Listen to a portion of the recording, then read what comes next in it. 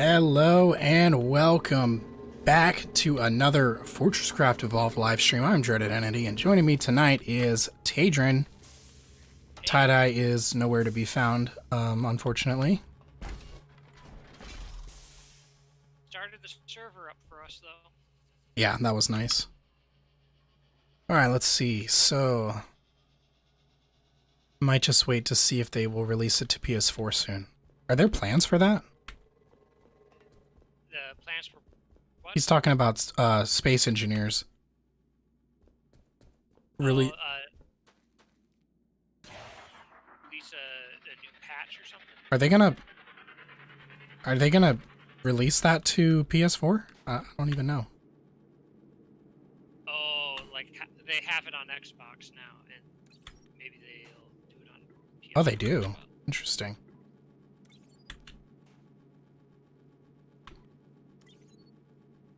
Oh, you're talking to somebody on your stream or something? Yeah. Yeah, that. I can't see. It would be really distracting to be hearing people like 5 seconds in the past. Yeah. I don't know how I could manage that.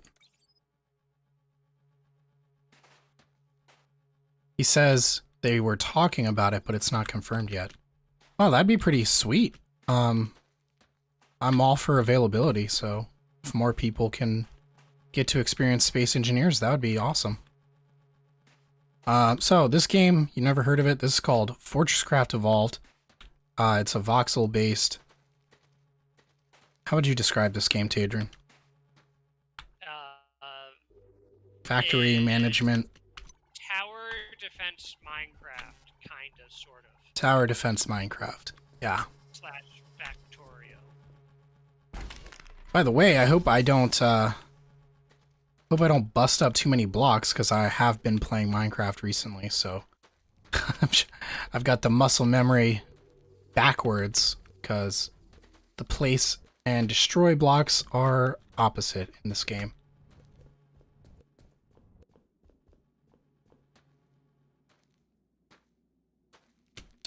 Okay. Kind of wish Tie-Dye was here. Are we ready to start the cold caverns? Well, we got 2 options. We Okay. can just start with the cold caverns right away. Start getting moly and chromium. Right. And get that going, and start getting our polished lenses and build the perimeter of defenses. Or we can build trenches to deal with the cryoplasm, so that it'll all be funneled into a 3x3 line, and then when we build the dazzlers, we can completely do all of it in one go. Are you down there already? Yeah, I'm down there. I'm just wandering around. So yeah, let me go down there. I want to see what you mean, because I'm not even sure.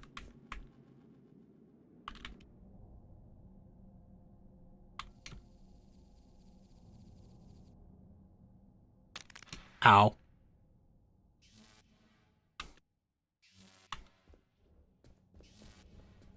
I just saw a camel bot. Yeah, they're all over here. Up. I just saw it fly up in order to grab on to one of these laser transmitters that are, floating in the air here. I need to figure out. He's going somewhere.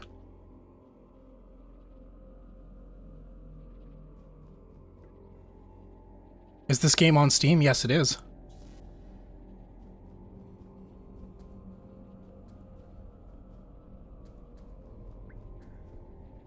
Yes, it is.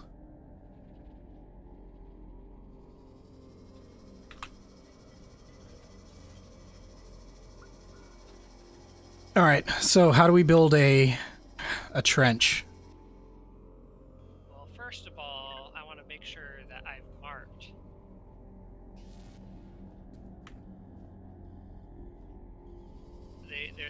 spawn at a distance of 320 blocks. So that means 5 laser transmitters, 2. All 4 cardinal directions.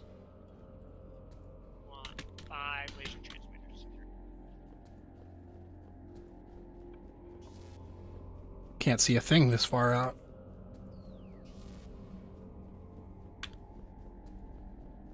Well, it looks like somebody's already put the laser energy transmitters over here. There's some emeralds up here. That was me. Oh, okay. I just wanted to make sure that I did all 5. So what we would do is where this beam stops, right around here is where it would build. So what we would do is like probably build this out this far or something. You might look into this game. Yeah, I'd recommend it. It's a pretty sweet game. Make sure your hardware's up to date, though. It kind of pushes... It definitely pushes your CPU. Might put, well, I don't know if a back wall is actually even necessary. So you'd probably start funneling it in.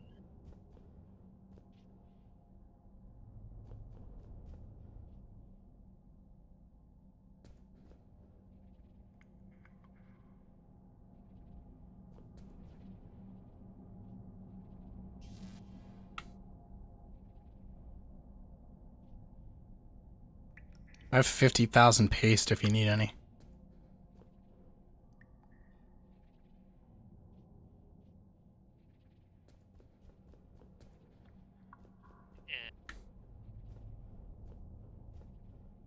So, are you just making a funnel right now? Yeah, you sort of make it a funnel until you get to a 3x3 line right here. Or so.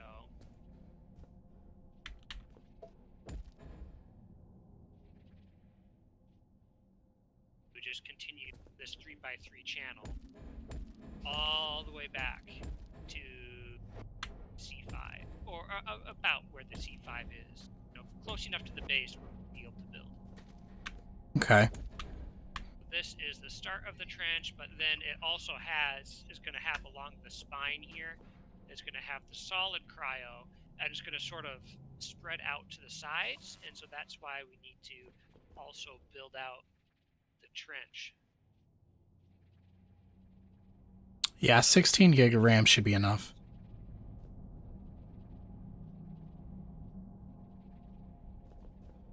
Something like that.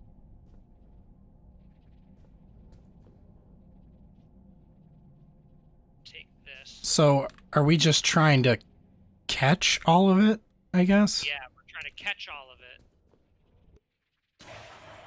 We can control where the cryoplasm is.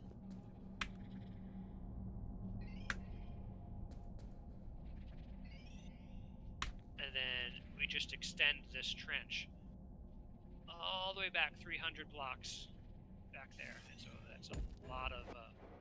oh, and we have to use reinforced blocks as well. This stone is reinforced, right? Yeah, this is reinforced.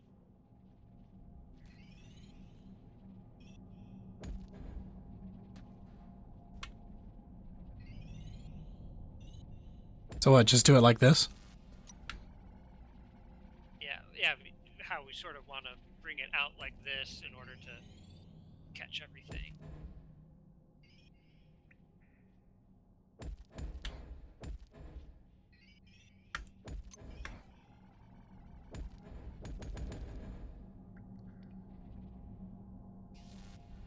You have a 2019 iMac? Yeah, that should be good enough, I hope.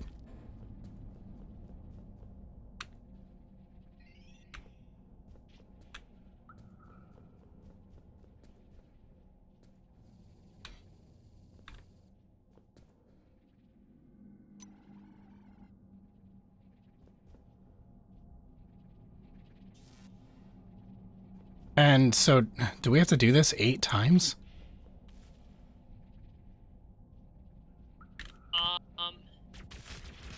is the question. Flexible Games, Matt, he seemed to only have done it like a couple of times. Okay. Cardinal directions. Because what's going to happen is that one of the spawners is going to, you know, really be active at a time. Oh, I see. So...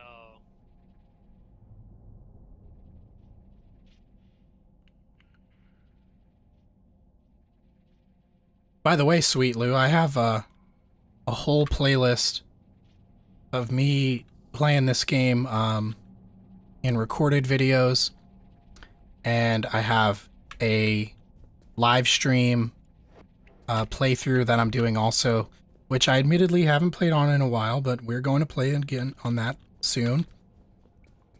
And then of course we have the multiplayer night. So I've got tons of information on this game recorded.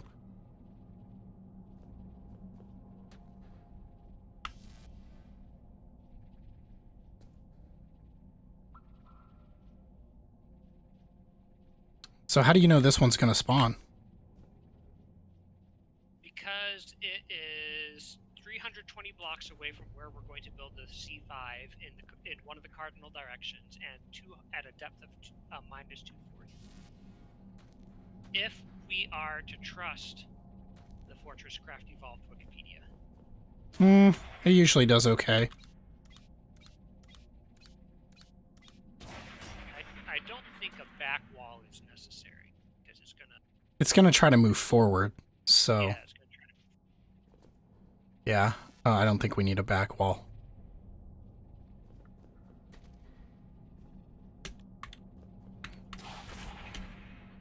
So then the goal here is eventually we can build those bomber things and we just bomb it. I got that right?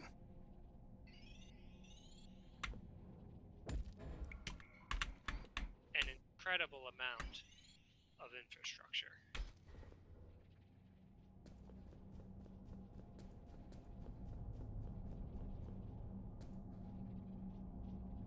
Okay, that's fine, Sweet Lou.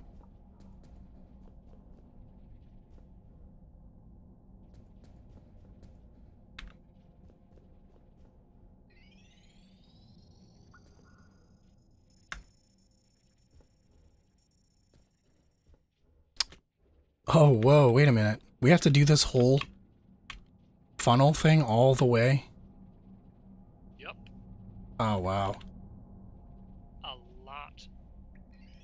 We're going to need a lot of paste. Yeah, we are. 16,000. That's not, of course, not going to be enough.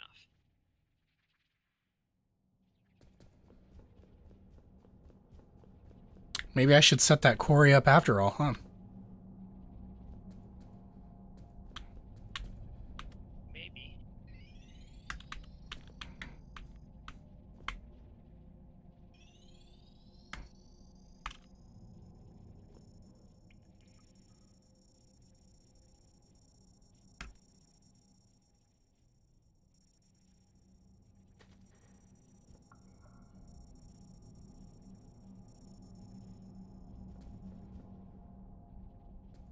Oh, no.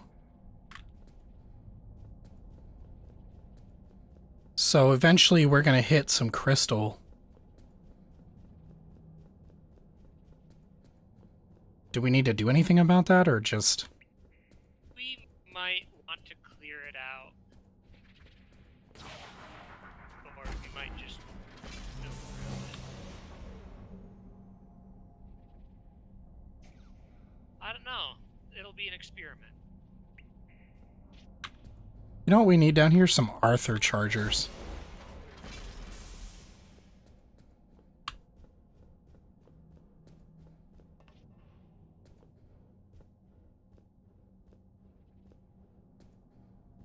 Oh, and as I understand, you're not going to like this, but you don't want these to be connected diagonally. You want something underneath of blocks, because the cryoplasm can slip through the cracks between the diagonal Huh. there.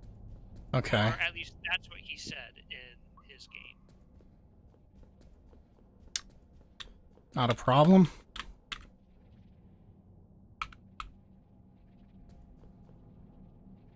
Can't see Jack, though. Is this connected to anything? Oh, it's not.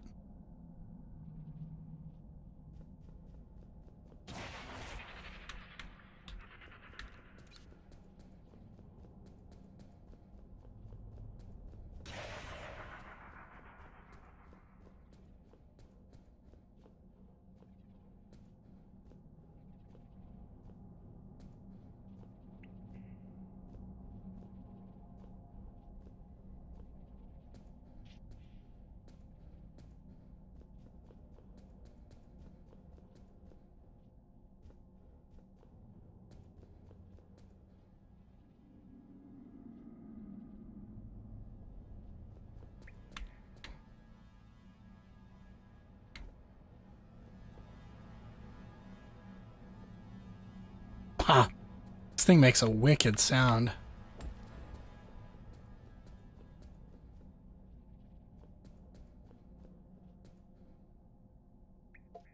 Oh, gosh darn it! Turn on your bloom and come over here. Turn on my what?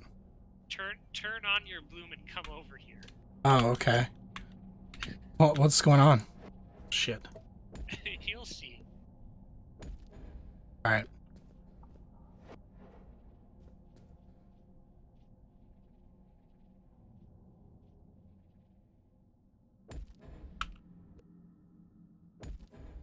There we go.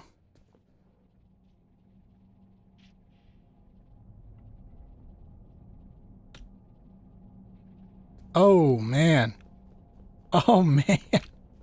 Oh, God. I don't even have my bloom on. Hold on. Enable bloom. Oh, wait. What is it? Bloom enable. Detail bloom. Oh, detail bloom. Yeah. Oh, God. It's so bad. Yeah. Oh. Oh, man.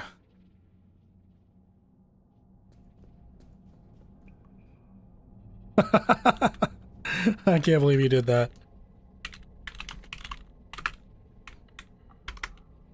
Blame my mouse wheel. It's just like, why isn't it building anymore? That's because I used up all my coal. So you can take those down because I'm going to put an electric light. There we go. That's way better.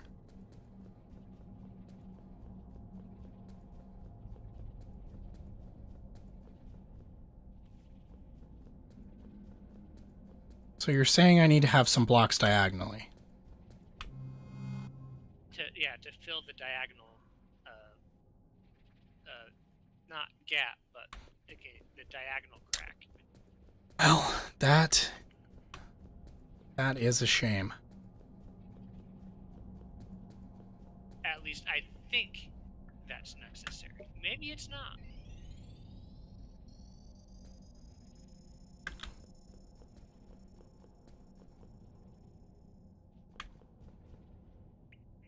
We can spare some paste right now.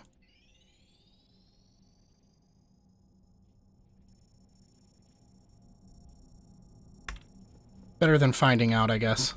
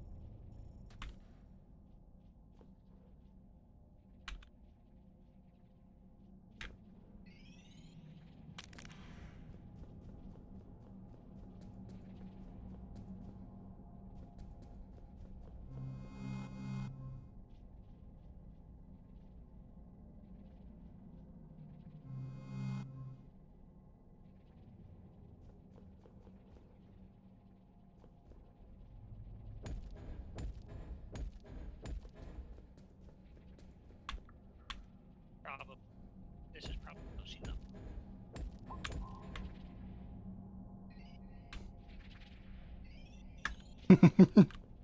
Are you really a slow developer? Yes, I Don't seem that slow to me. That's because I'm control clicking. Build to me.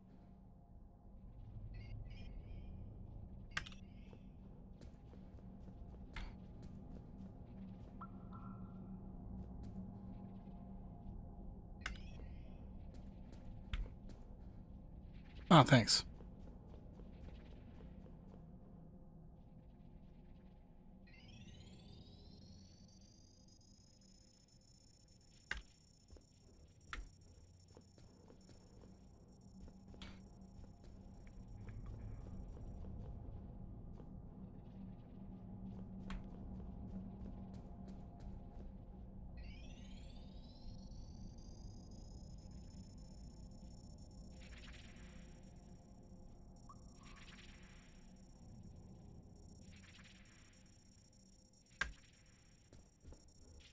Hey, Moonlight Sonata. Pretty good. How are you?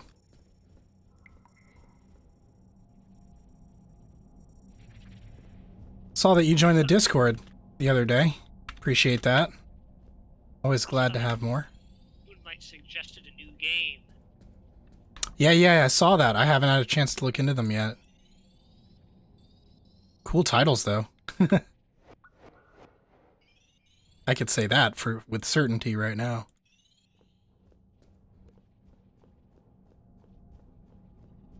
So I'm definitely going to be checking those out. This channel is pretty cool. Not this YouTube channel, but also, yeah, this YouTube channel.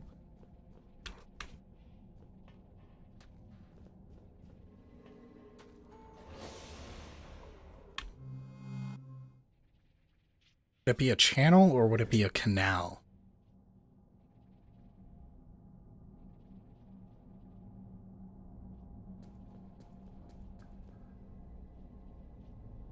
How are you doing?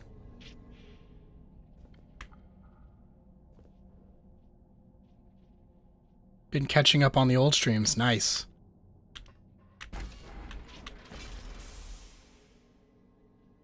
They're very long, so you can definitely watch those at 2 times speed if you're pressed for time.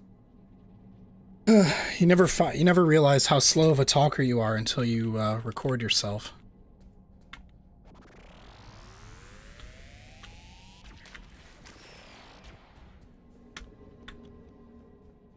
Where'd you go, Tay? Headed to... I don't know what the direction is, but I headed off in another one of the directions. Oh, are we building another one? At least get another one started.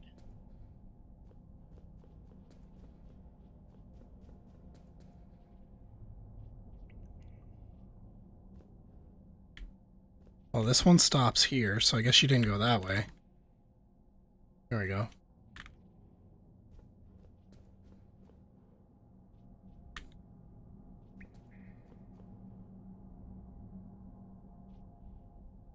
Did we want to... I guess we don't want to move this Mark V. Did we want to build another one, though? I don't think we need more than one Mark V.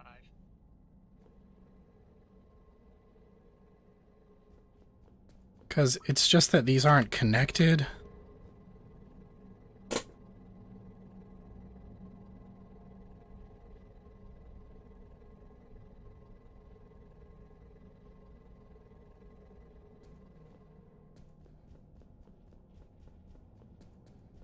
Ravine. Ravine could work. Is it still a ravine if it's man-made?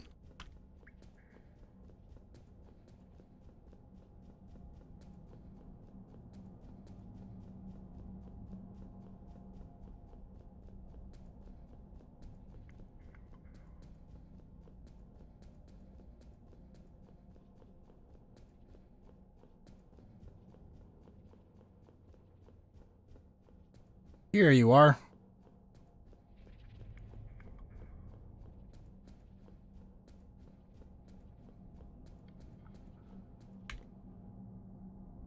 Oh, man-made ravines exist.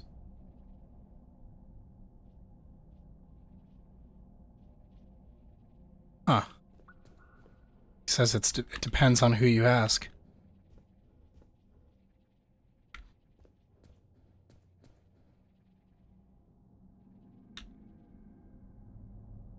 Question is if the cryoplasm eats through ore blocks.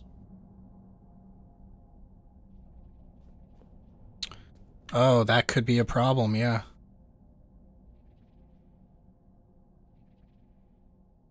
But it'd only be spilling out, like, on one side, right?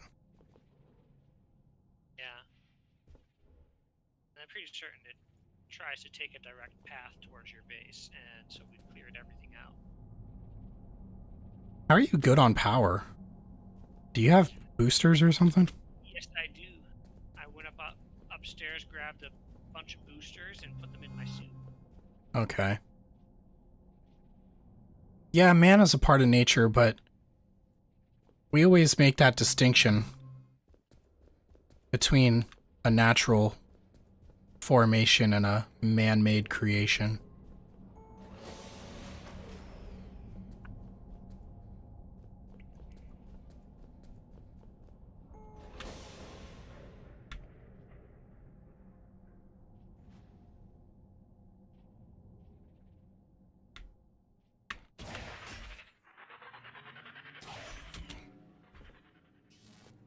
There was once a time when cyanobacteria ruled the world, and then they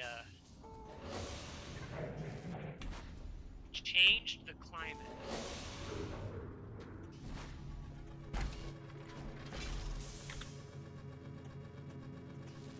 My favorite is when people like to not think of themselves as animals. Very much an animal. We're definitely a wild animal. I mean, excuse me. We're definitely an animal. Maybe not a wild animal. Maybe not some of us, anyway. Some of us maybe are wild animals. For time I live on this earth, the less civilized I think humans are. I think I can agree with you there. We're smart monkeys. No, we're dumb monkeys. We're monkeys that know how to communicate with each other. Yeah. That is pretty much our only saving grace. Smartest thing we ever did was take a piece of charcoal and rub it against a wall.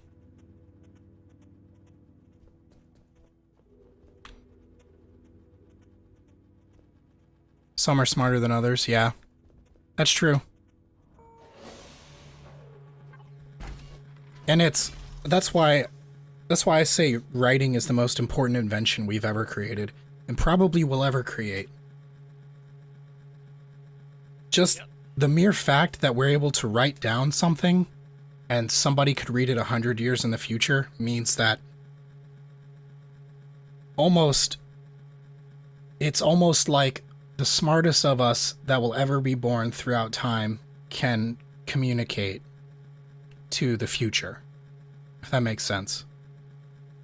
So everything we have is all built up over the years, and the only way we've been able to keep track of that is by writing it down. Did you know that paper is still the longest lasting storage medium for data? Really? Other storage medium has been proven, if it's treated correctly, if you have a good acid-free paper and you use archival ink, it's proven that the material will last for hundreds of years without maintenance. Huh. I always thought paper as like a very wait, what am I trying to say? I always thought paper like degraded in quality. So that is kind of true. But paper is it depends on the quality of your paper and what environment you store it in. Yeah, storage medium's important. But if you store it in, you know, some musty old attic, and yeah, you know, it's not going to last very long. Oh no. Take that splat counter.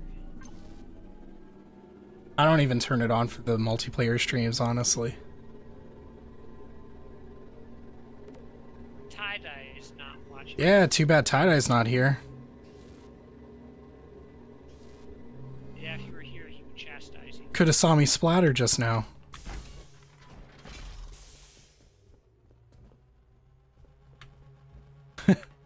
The floor didn't load fast enough, so I smashed right into it. Yeah, that's a danger if you're falling too fast and it decides to stop loading. And then suddenly you just jolt forward. Because I don't know what the depth is over there.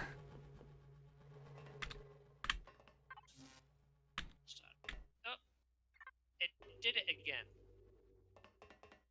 Did what? Tried to build torches instead of reinforcements. Oh no. Really? This one wasn't that bad. Oh no. Are you kidding me?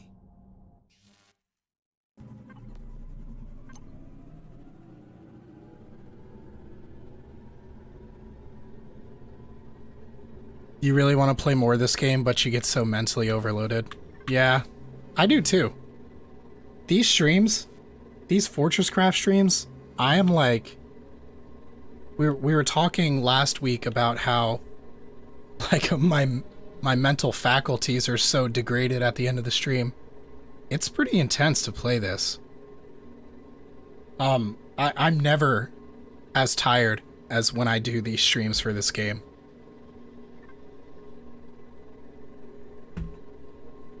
Yeah, it's kind of what's what I'm looking for. No other game makes me this mentally tired. There's so much that you have to do. There is. There is so much to do in this. You want to be able to build a really advanced base like ours? Well, ours really isn't that advanced. It's just that we put a lot of time into automating a bunch of things. I've seen some really advanced stuff. Relatively pretty. What? Who was it who actually made it look good? Well, I started the bus system and then we've just been Napoleon? keeping going. Napoleon did all of the smelter stuff, which was very important for us actually.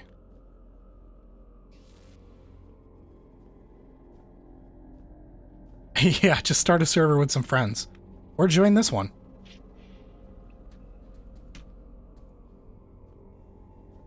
It does help with the creativity and motivation. It helps. I found that playing with Tie-Dye and Tadrin, they help me get through, like, stuff that I never bothered to do. And they have solutions for it, or they've done it in some way. And it helps me get past parts of the game that I never really messed with. Hey, Napoleon, there he is. We were just talking about your smelter array.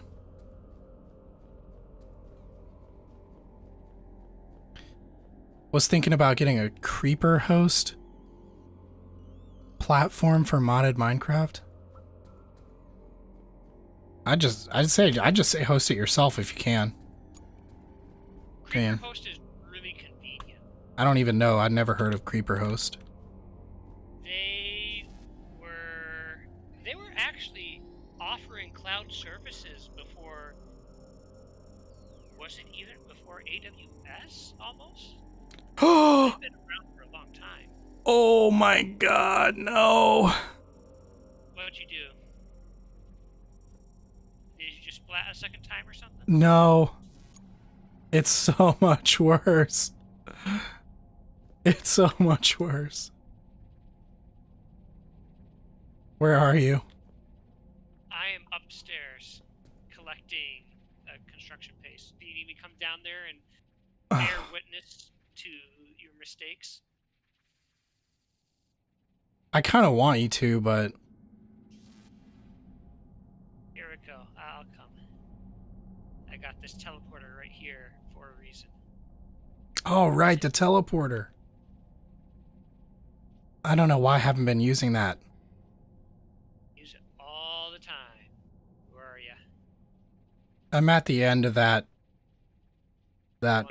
tunnel you were working on. Yeah. Screenshot for posterity. I got this stream for posterity. Hosted by Google.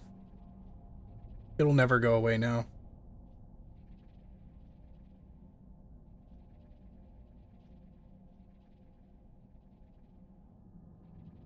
Paying attention.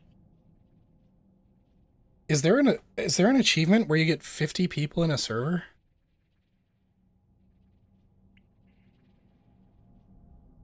I'll be honest with you guys. If I had enough people watching that I could get 50 people into a server, I'd be really happy about that.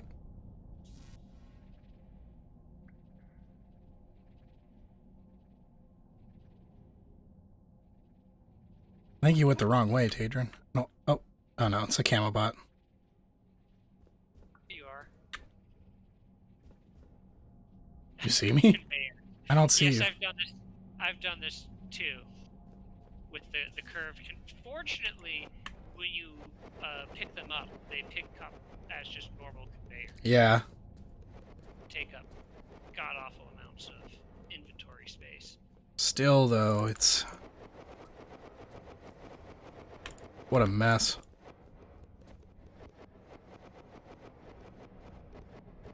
Yeah, all you have to do is just mouse wheel. Yep. It was too much of a task for me. Huh. Join a world with 50 people. That's insane, dude. That's insane. Do 50 people even play this anymore? Might be a couple hundred.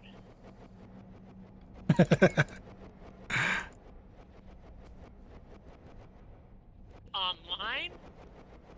Probably not. Like every time we join on Friday night, I see a couple other public servers just. Yeah, I've been seeing that too.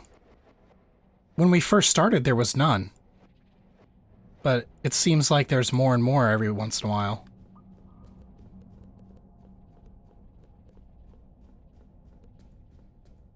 You've seen more videos of it in your subs. Interesting. I guess my claim was false, Tadrin. There was a while there where I was saying I'm probably the only creator in 2020 making videos about this game. I haven't seen anything else. Yeah, I hadn't seen any either.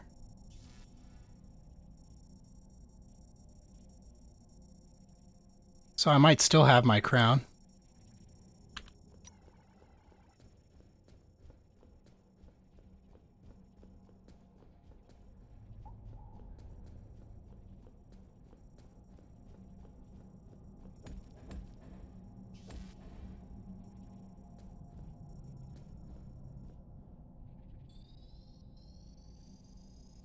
Basically, if you want to see this game, you gotta watch me. Or watch one of the older. Or watch an older one, yeah.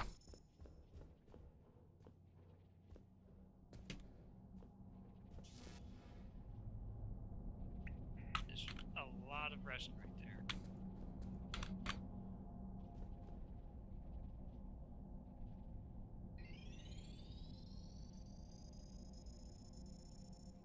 Oops. Misclicked that one, didn't I, guys?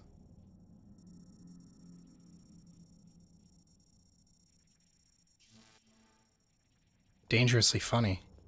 Oh, wait, I know Dangerously Funny. Huh. And he's one of those guys who does the crazy contraptions that are way bigger than Yeah. what the game was ever intended to handle. I think I saw Dangerously Funny play this game where it's like Victorian era and you have to like mine. Right? You know what I'm talking about, Tay? I think I know what you're talking about. Like, is it just called Gold Miner? Gold miner? Yeah, I think so. Sounds right anyway.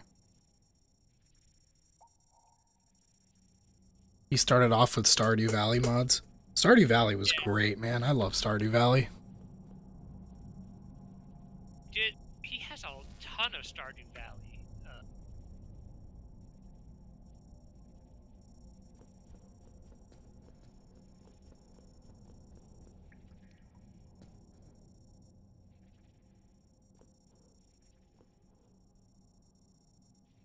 I can click so fast now, the frickin' build to me can barely keep up.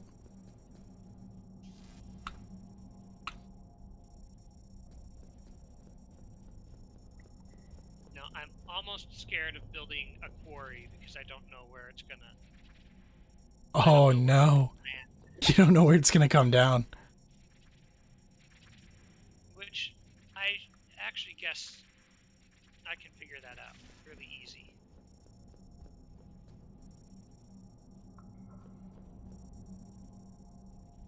Hey, sweet, welcome back.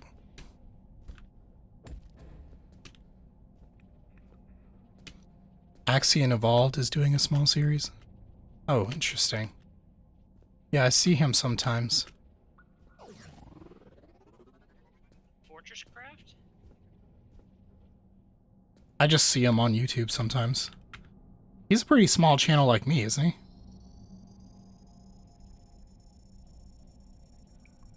Or am I thinking of someone else? There are a lot of small channels out there. Yeah. Which is actually going to really stink because YouTube just changed their terms of service to say that they're going to. That they reserve the right to put advertisements on anything you do. Yeah, I saw that. Advertisements. I saw that, yeah. It was inevitable, really. So just so you guys know, I cannot put ads on my videos until I have 1,000 subscribers and 4,000 hours of watch time, which I do not have, and I don't seem to be getting very close to that anytime soon. So if you were seeing ads on my videos, you can thank Google. You can thank Google for that. Not me. Don't get mad at me. Until you get sponsored by Raid Shadow Legends. Sponsored by Raid Shadow Legends. Yeah. Actually, are they even the big sponsor anymore? You know what? I watch YouTube every day. I still see videos where Raid is sponsoring. I've got the YouTube Premium, so I don't see the advertisements unless it's a paid sponsorship. Ah, that's where that revenue came from. If I showed you guys, like a penny or something like that from Google. yeah. Back when my channel first was getting a lot of views when this game was really starting to blow up, I actually was able to be monetized for a while there, and I've made a whopping 19 cents from YouTube. Allowed to say that. I don't think anyone's going to care. They're never gonna know. And So, you're yeah. not monetized, so what are they going to do? You can make that YouTube money. Let's go, boys. They'll monetize you just so that they can demonetize you for talking about how much money you made.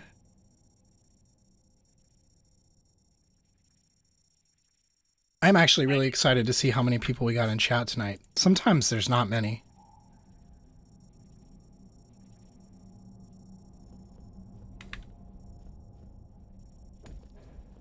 I think that's coming down in a safe-ish location.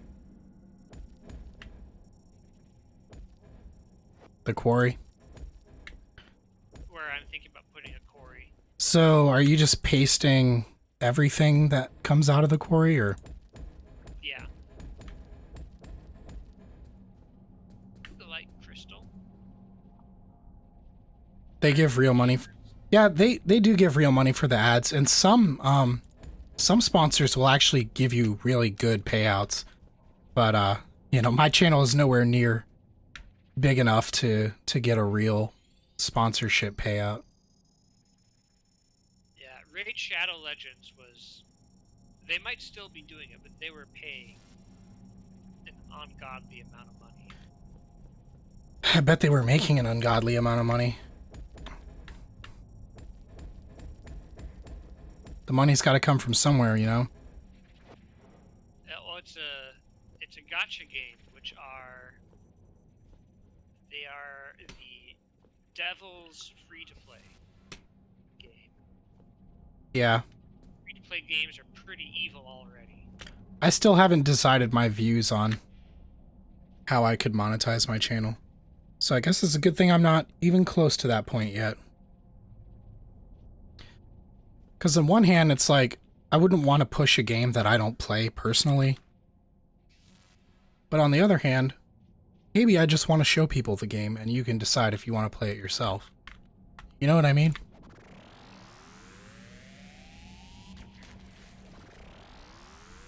Well, yeah, it's... You're not going to make a lot of friends if you start pushing out content. This is great, and then it's crap.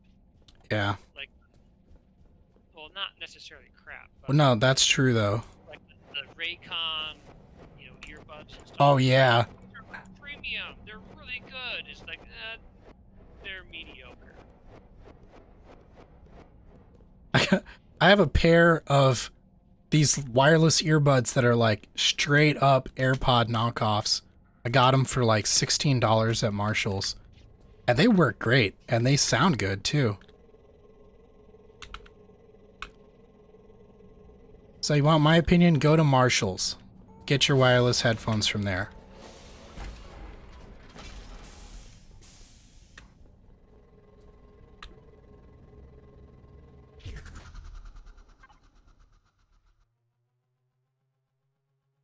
Just thought of another indie game, Executive Assault 2. Yeah, he's smaller than me, but if I remember right, he's getting a lot of views on his videos compared to his sub count. I think a lot of my subscribers are inactive, or maybe they just don't even see my videos. So it's actually been a real challenge to try to boost up the views again.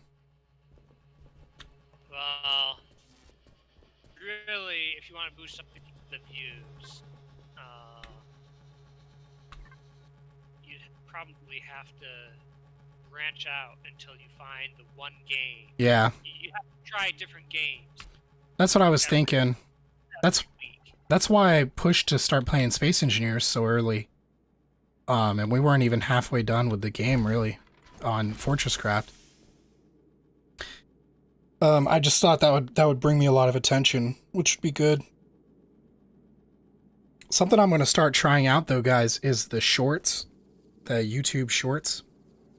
I already told you about this, Tadrin, but while you guys are scouring my channel, just send me any funny moments in the videos or streams that you guys see, because I would love to turn those into shorts and get some more people in the chat room with you guys.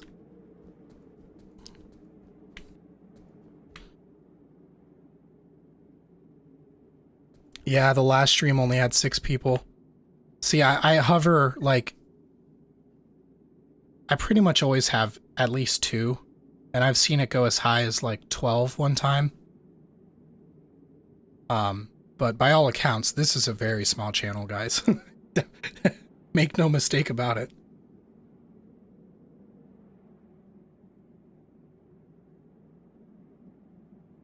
You've seen people get sponsors at 1K? That's crazy, man. That's so small. I don't know if I would take a sponsorship if I was still at that size, because there's probably some shady contract, funny business going on there. Yeah, hoping that you'll take off. And I'd rather, honestly, I'd rather make no money from YouTube than be like a content slave for some giant company. You know what I mean? I'd rather make nothing than like feel like I'm forced to keep going. Like you're working for the man. Yeah, right. The hell is this thing? Is this the quarry? Quarry. Oh.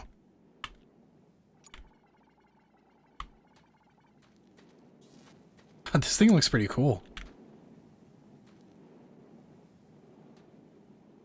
You stream and you usually get like one person at a time. Yeah, it's tough. Streaming's tough on YouTube. It's definitely... It doesn't have the viewership like Twitch does. And I used to stream on Twitch probably about 5 or 6 years ago now. I used to get people watch. I had like 20 to 30 usually. Still not like amazingly huge or anything, but... And that was back when Twitch was like, if you wanted to watch people play video games, you go to Twitch. It was very easy to get people in your room back then. Like if I started streaming on Twitch now, I don't think I could. I probably wouldn't even be doing as well as I'm doing right now. Because Twitch is... YouTube is fundamentally about promoting hot creators, you know? It's like, for example, PewDiePie, he's the most subscribed person on YouTube. And he posts daily videos, doesn't he? I never see those. They never show up on my feed. Because I'm not subscribed to PewDiePie. So YouTube cares more about promoting their creators. Where Twitch doesn't care to promote you. They don't care about it, they're not going to do it.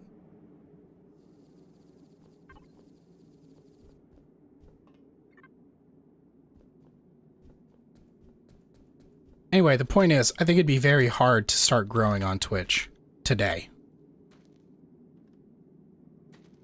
Especially since Twitch is being overrun by DMCA requests. Oh yeah, I heard about that. All those DMCAs and some of the top, a bunch of the top streamers had like, they downloaded like bots that just wipe all their clips out. Just deletes all the clips they've ever had.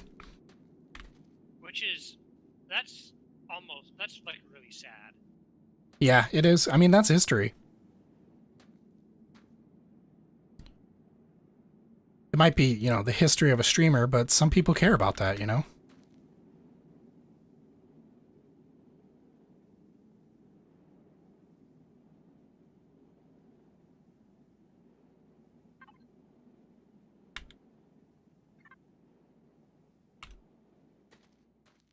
Have I gone through that much paste already? Oh my god. I've gone through so much paste.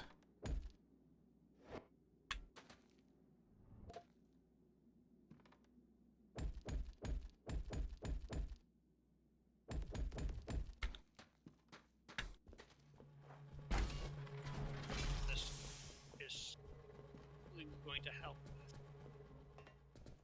You ought to connect that machine up to something.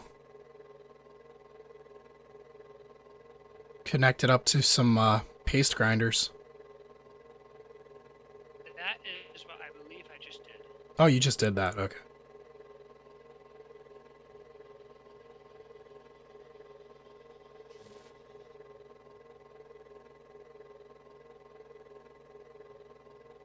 Nope, never mind. Oh, by the way, I got something really special for you guys on my next upload.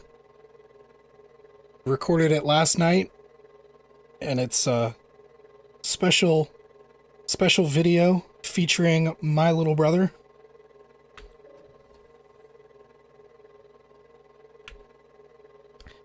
We had a lot of fun, so we are definitely going to continue this this video series that I'll be doing. I got like 2 hours of footage. I got to cut it down.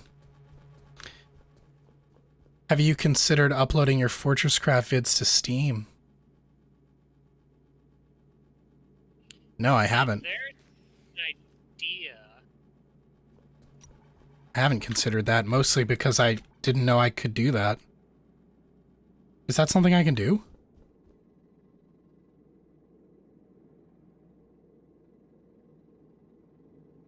Because I really would like to... That is something that I would like to start doing to increase the viewership, is like go multi-platform.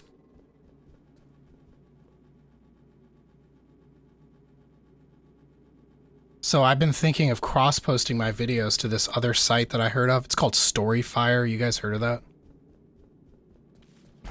It's supposed to be like a competitor to YouTube. But they're still really small now, so... trying to stay off of Google's radar, otherwise Google will just crush them.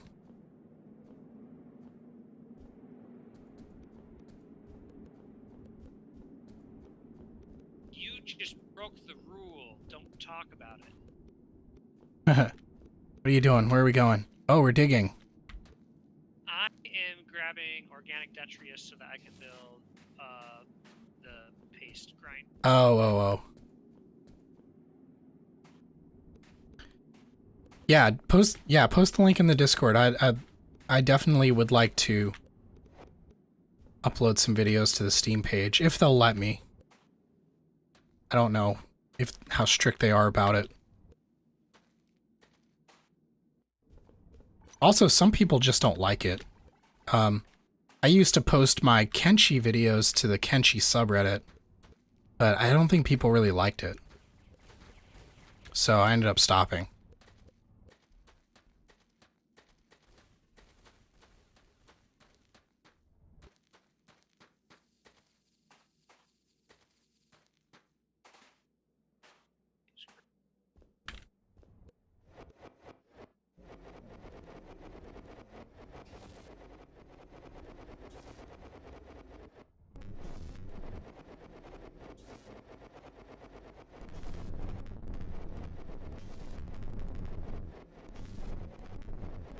Reddit is very picky.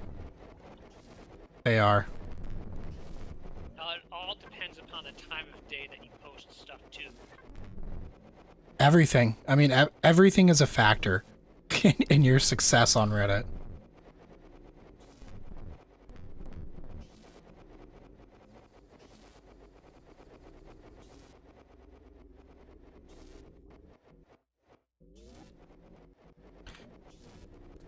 That would be nice. I mean, I've been playing this game since 2015. Wait, how long have I been? It's been like 4 or 5 years, I'm not sure. Something that you guys really liked was a few weeks ago. I actually tweeted DJ to ask him a question, and he responded to me. And I put it in the video. I made the video title like, "The developer taught me how to play the game," or something like that. And you guys really liked that, because it had some of the highest views that I've seen on a video in quite a while. There's some paste going. Granted, it'll take a long time for that to build up, but in the meantime, we got the manual. How much storage does it have? There's a mass storage in that room. Oh, nice. Something else you guys really liked was CompuGasm's factory tour that I did. I really liked it too, and as you guys can tell, now I build my factory the same way he builds his.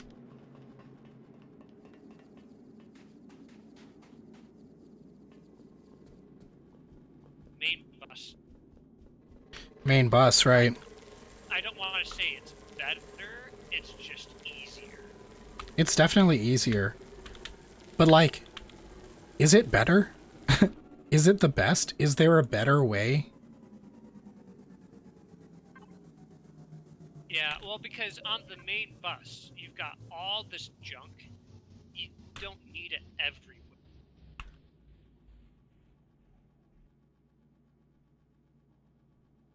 Oh, yeah. I know what you mean. How, like, we're carrying a bunch of stuff to the end of the bus and we probably don't need to.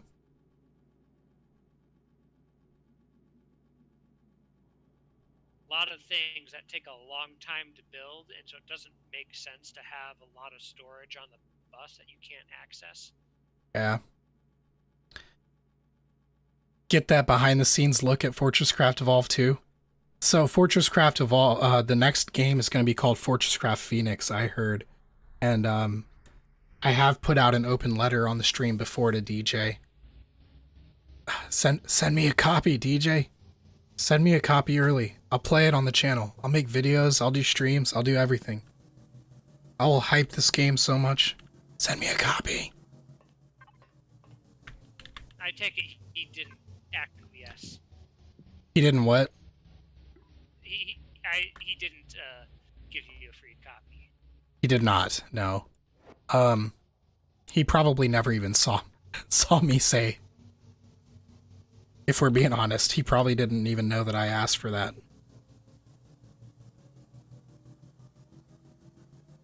Hello, Michael. Brink, is it Schneider? Brink Schneider?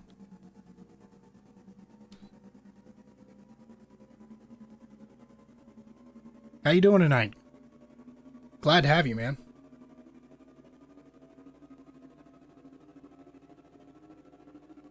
I'm actually really loving that I'm seeing all you guys.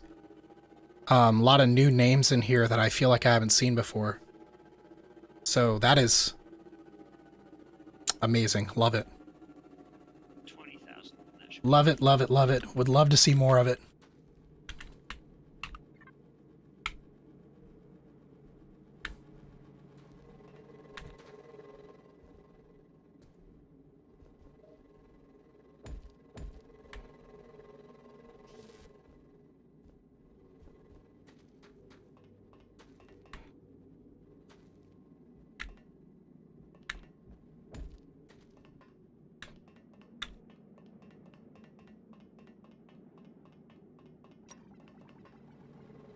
Did you build this out? Yeah. I built out the second one cuz I want to build that C5 and get a look at what we do for the next steps. Oh, nice. It showed up in your suggestions. Oh yeah, that's something else I wanted to say about YouTube. The streaming, even though like I mean you guys see, or well, you will see. I rarely will get even like 10 viewers, and yet every night after I end the stream, when I refresh my YouTube page, my own video shows up. So it's like, you know, obviously I watch a lot of my own videos because I want to make sure that they're good before I release them. But if you are interested in this channel, YouTube will show my stuff to you.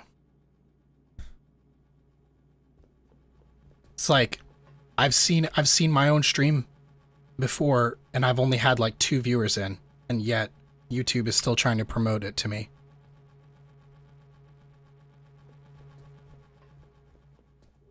The algorithm works in mysterious ways. Yeah, it definitely does. So that's pretty cool.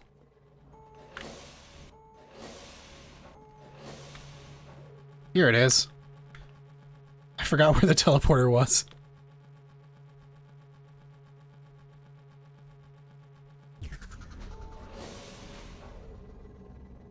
What video was it, Michael? Just curious. What were you saying, Tadrian? I just mumbled to myself that I got 5 lasers left. Oh, that one's already built out too. I need to make sure it's all enough. I think the only other ones that we have to build out, the last 2, I don't think they have lasers that go all the way down yet. Yeah, that's why I was making sure I had lasers.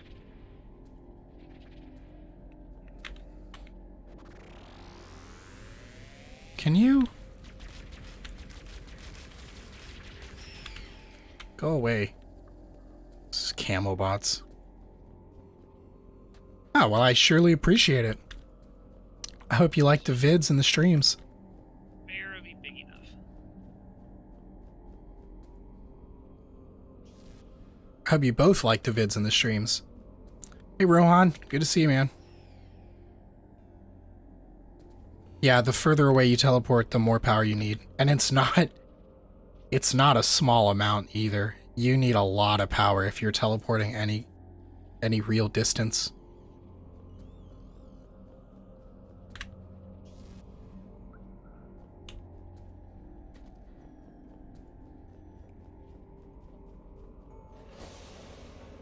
I saw you fly away, but we already built this trench. I know, I'm over here where you were just standing. Wait.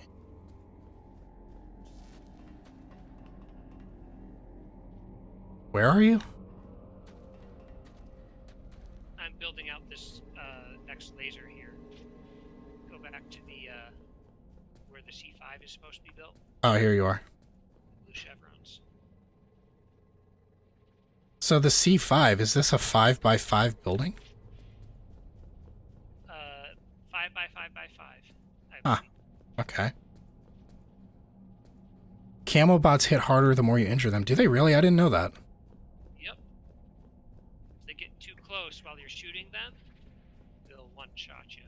Yeah, I've had that happen before plenty of times. I think it was the Space Engineers vid. Nice. Probably a stream, because I haven't uploaded a Space Engineers video in a while. We haven't.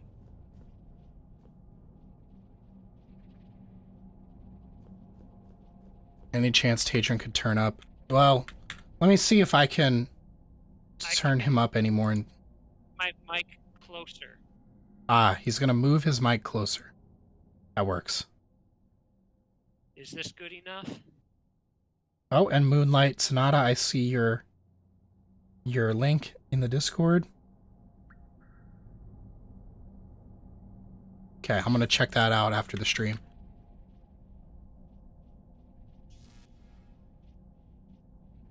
Cold Cavern Base looks like Lego Rock Raiders or Zork Nemesis. Midwesterner's gonna hit the hay. Alright, Moonlight, good to see you, man. Glad you could join. Man, I hate how Windows keeps removing like the old control panel stuff. Because there's some things that you can only do in the control panel. Oh yeah, that's really annoying. They got rid of the old control panel and now they have the new style control panel that doesn't have as many options. You can still get to that old control panel though. Yeah, but they're eventually going to take that away. Yeah, it's frustrating. All these old tricks that I knew, and they're becoming useless every year. Oh wow, my microphone must be busted. I'm looking at the input, and it's very, very quiet, and I've got it maxed out. It can barely hear me, and I've got the microphone right in front of my mouth. Yeah, I have you turned up to 200% in Discord. But also keep in mind, guys, that the desktop sound coming out that you guys actually hear for the game sounds and stuff, Discord also runs in that audio channel. And keep in mind that that is naturally just a smidge quieter than my voice will be.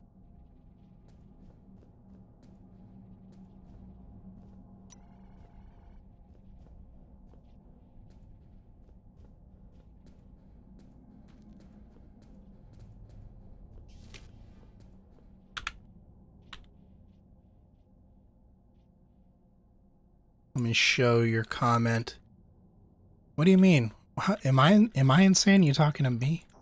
What'd I do?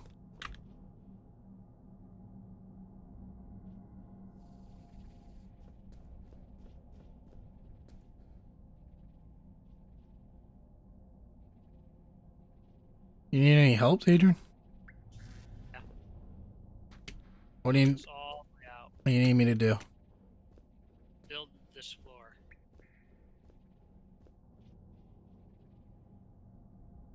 Oh, is he a lot quieter? Okay, that's weird.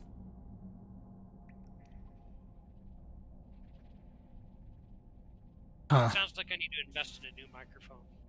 maybe. Gutman Games says you're a lot quieter. Oh no. At 200% in Discord, he sounds just fine to me. It's not too loud or anything.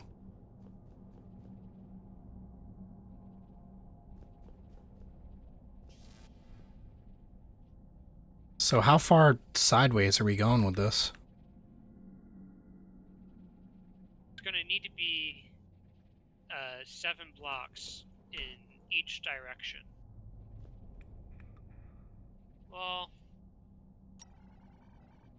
conceivably, actually, once we're on the spine, it doesn't need to be nearly that wide, but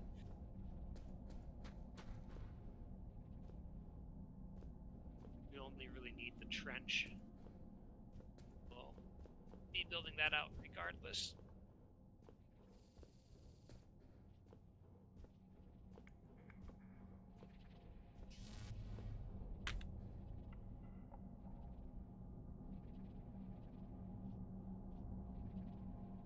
So good at figuring out exactly where to place the laser.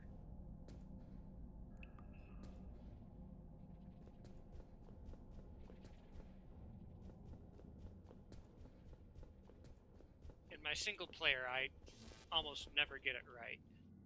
I have to build like 3 pillars before.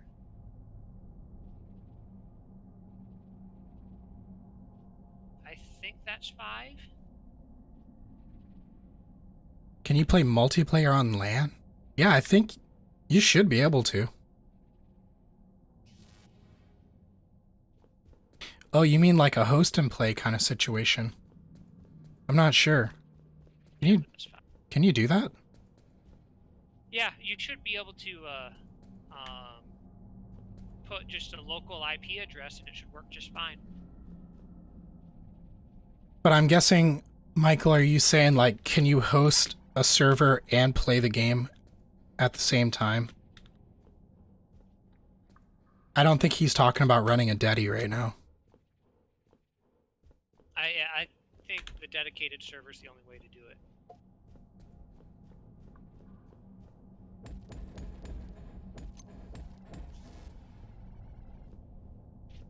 So, unfortunately, that might be a no.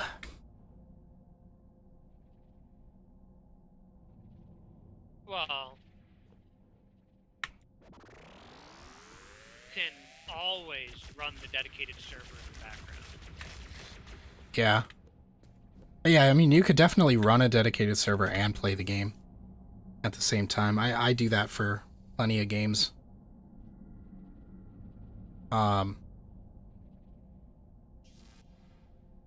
FortressCraft is pretty CPU intensive though, so I don't know how well that'll work compared to other games.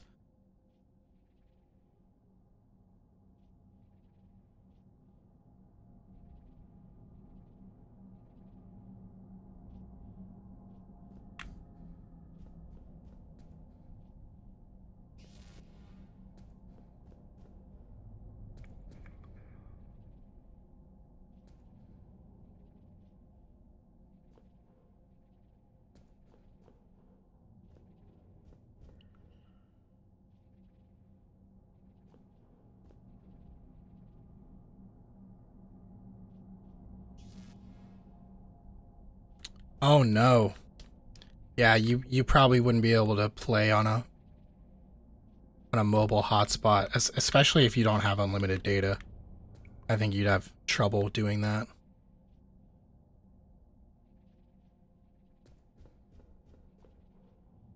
I've never profiled it to see exactly how much bandwidth it takes. Voxel-based games, I have to imagine that they're pretty bandwidth heavy, since you've got every single block has to come over. Yeah.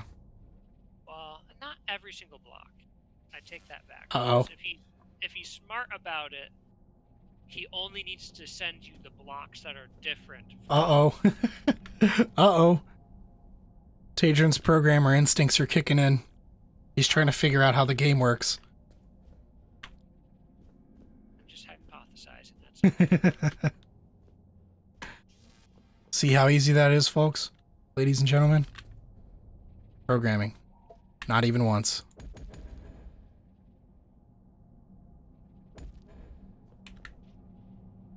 You ever see something in real life, Tadrin, and you're like, I wonder if they're doing X, Y, and Z. And then that's just like the rest of your day, trying to decide like how the McDonald's app works. I think about how I think I could improve the McDonald's KVS system because it's running on. Well, I don't know if they've fixed it yet. I mean, I haven't worked at McDonald's in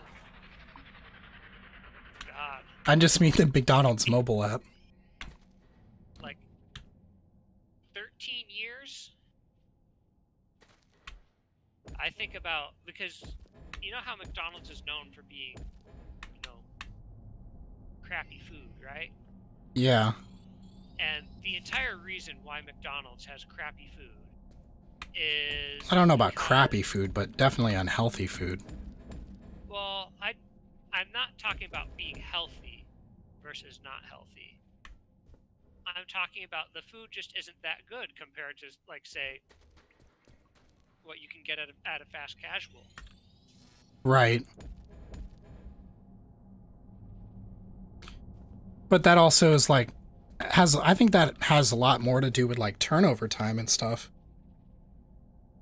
It's not the turnover. You can get somebody up to speed at McDonald's pretty quick. No, I don't mean like employee turnover, like customer turnover.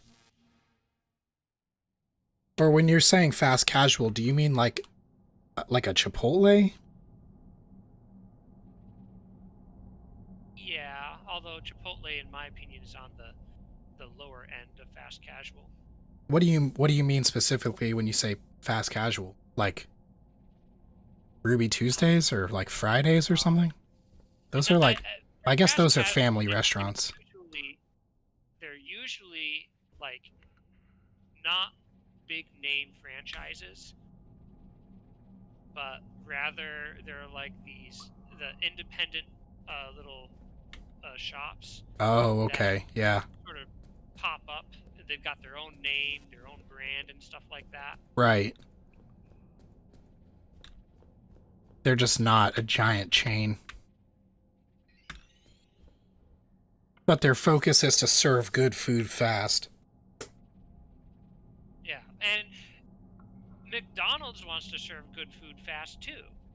The problem is, in my opinion, is that the employees are, I don't want to call them lazy, but they don't care. McDonald's success is not going to do anything for them. They don't care either. But it's definitely a lot different than like when you're a cashier or like a cook or something. And it's like you're going to get your paycheck no matter what. It doesn't really matter how well the store does. You know what I mean?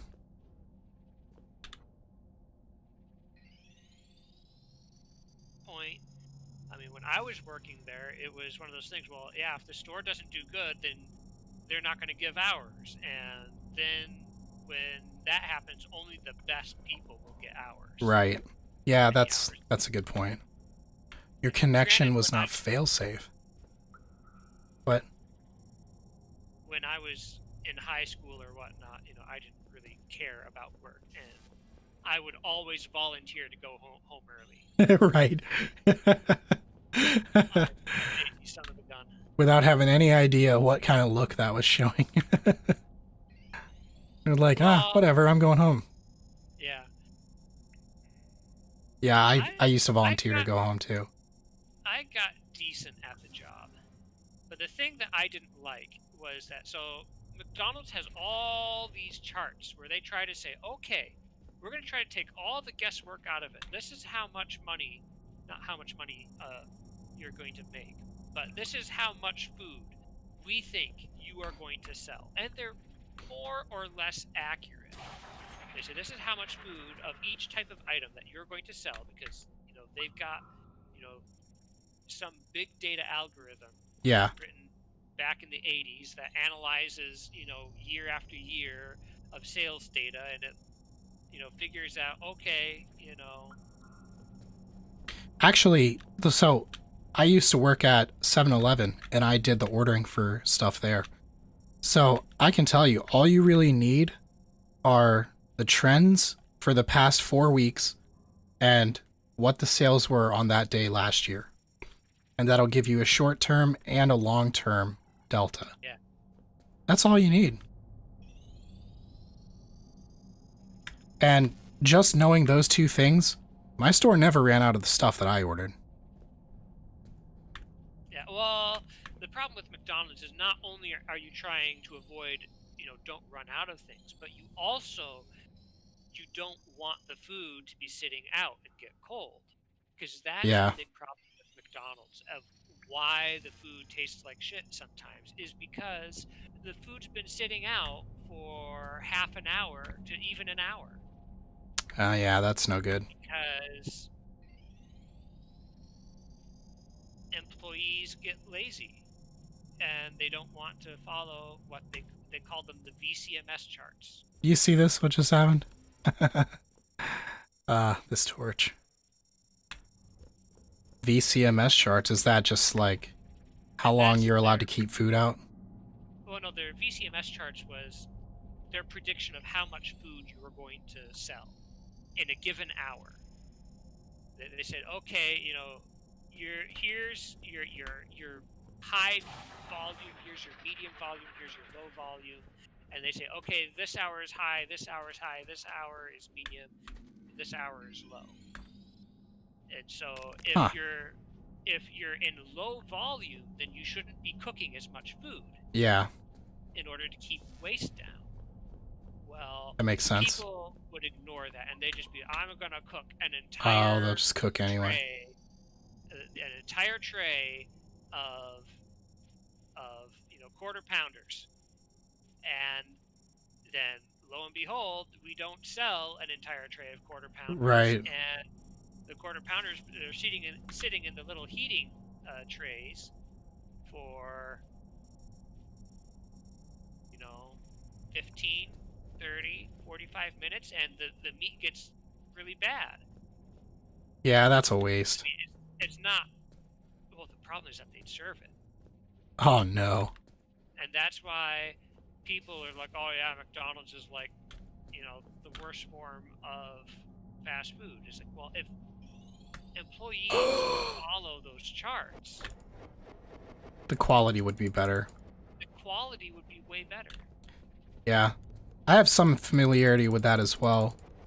Because when I worked at 7-Eleven, it's right when they were starting to try to push their cooked food on the entire world. Well, on America, anyway.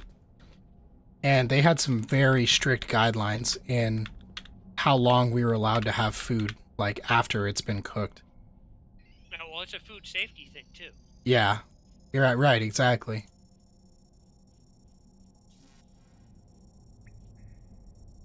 It's not safe to have it that long. Also, it doesn't look good anymore. And it still tastes okay as long as it's not too out of date. But... And when I say out of date, I just mean like how long we're allowed to have it in a hot case for. It doesn't taste as good. Yeah, it just doesn't taste as good. And it doesn't look nearly as good as it did when it was fresh either.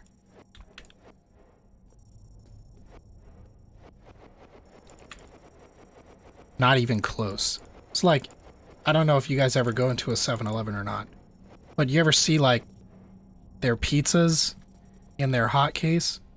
We're only allowed to have those out for an hour after they've been cooked. If they've been there for an hour and we didn't sell them all, you're supposed to throw them away. It's the same thing at McDonald's, so yeah. The beef patty are supposed to be no older. After 15 minutes, you're supposed to throw them away. Wow, 15 minutes. Holy crap. The heating tray. And even then, for 15 minutes, honestly, that's starting to get to the point where they start tasting off, in my opinion. Yeah, I mean, definitely, like, after an hour, the pizza starts to taste different than when it's freshly cooked, but it's still fine, like, to eat. It just doesn't taste as good. Well, yeah, we didn't get... Oh, and I'm out of construction page. We didn't get food poisoning or anything Yeah. like that. No, you're right, Gutman. These policies are the reason why we waste so much food. Because, I mean, you got to think, when you go to a restaurant or something and you sit down, you're going to eat all your food. Or you're going to ask the waiter for a box and you're going to eat it the next day. Or maybe, the day after that. You're not going to throw that away. Same thing when you buy groceries. You're going to cook your food and eat it. But, like, all of these stores and stuff, we have really strict policies about how long you're supposed to have the food out. And if it doesn't get sold, it doesn't get sold. So it gets thrown away. Yeah. Well, that's what the VCMS charts were for. So they were supposed to prevent waste by getting you to cook only the food that they predicted was going to be sold. Yeah. And like I said, the problem was people weren't following that policy. Yeah. I mean, and that is a smart thing too. And Don't cook the food if no one's going to buy it.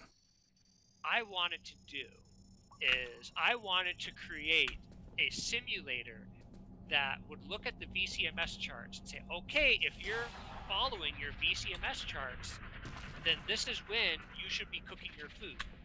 Look at the sales data and simulate, okay, you sold 10 Big Macs, that means that's 20 beef patties that got sold, and so simulate taking 20 beef patties out of the tray and say, okay, you've taken out the rest of the patties out of this tray, so you've got to cook another one. Uh-huh.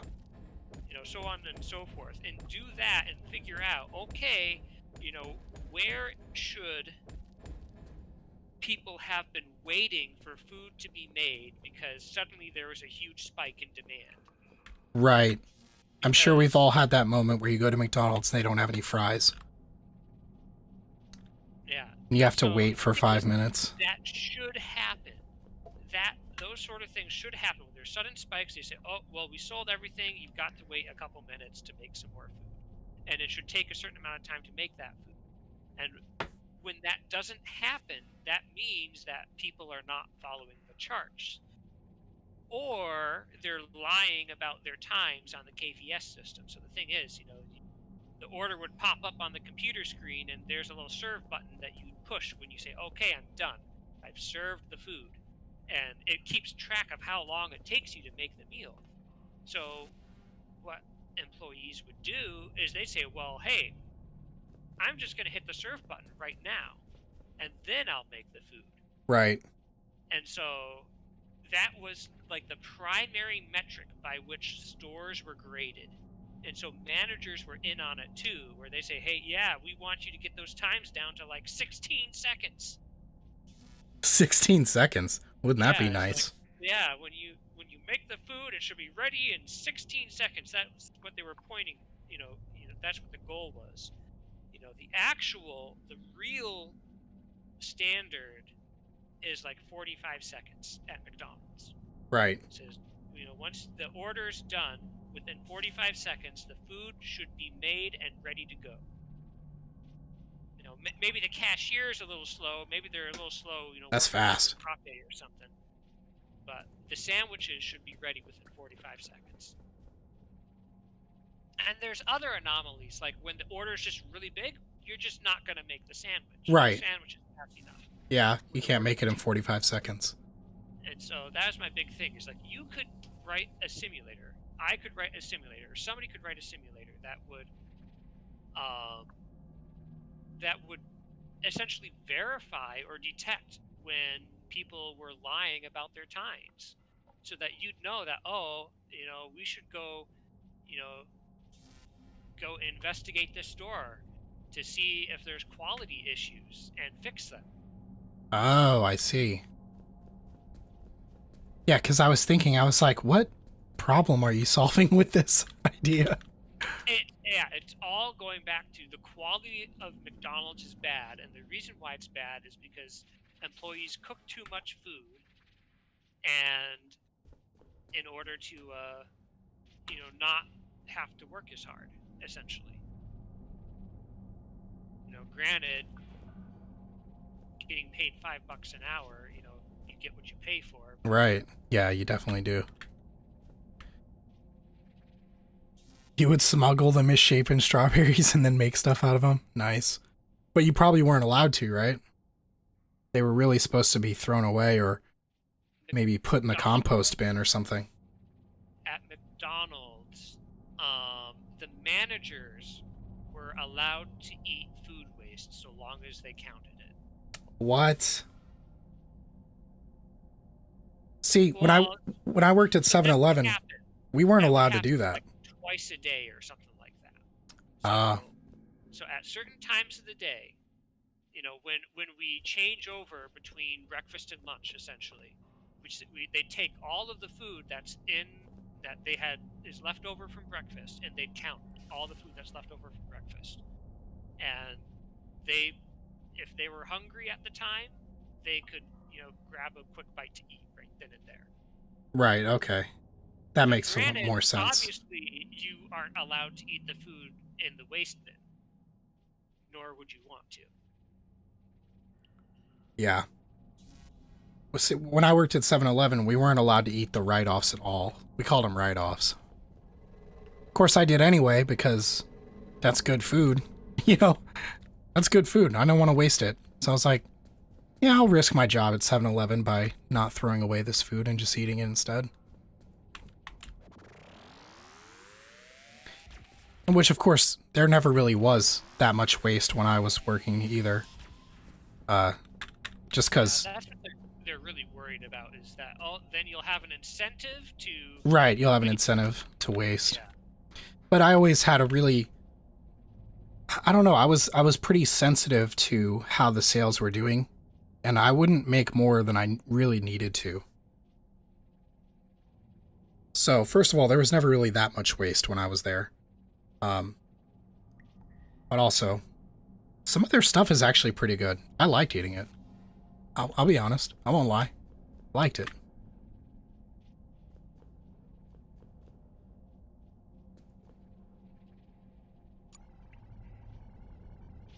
Make some storage blocks.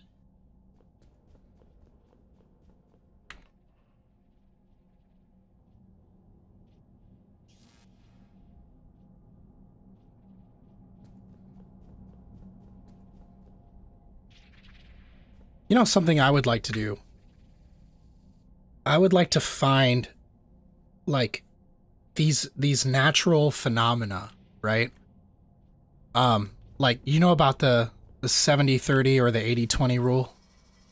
Yeah. I would like to find these natural phenomena that just come into existence just, I don't know, maybe due to, like, environmental factors of our planet, or maybe just because humans be humans, whatever. But I'd like to find these things and find ways to exploit them for our favor.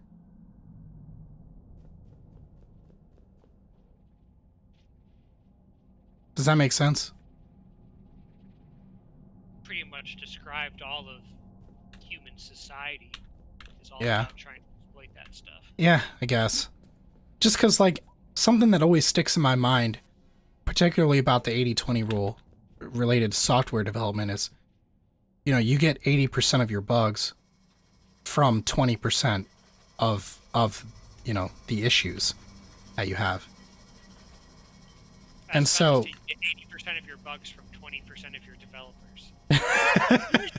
Usually, they're saying that you get 80% of the work done by 20% of your developers. Well, so I'm thinking, like, what that means to software development is that if you fix the top 20% most common bugs, you've just fixed 80% of your total bug volume.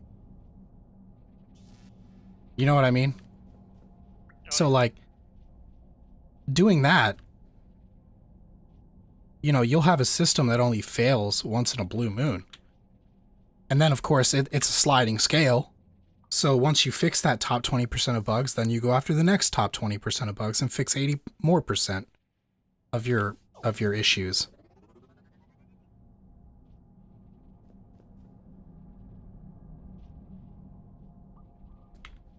That's funny, though.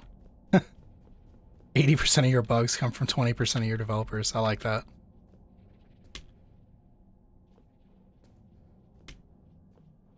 I mean, it might be true. Don't you introduce bugs by fixing bugs? I mean, it depends.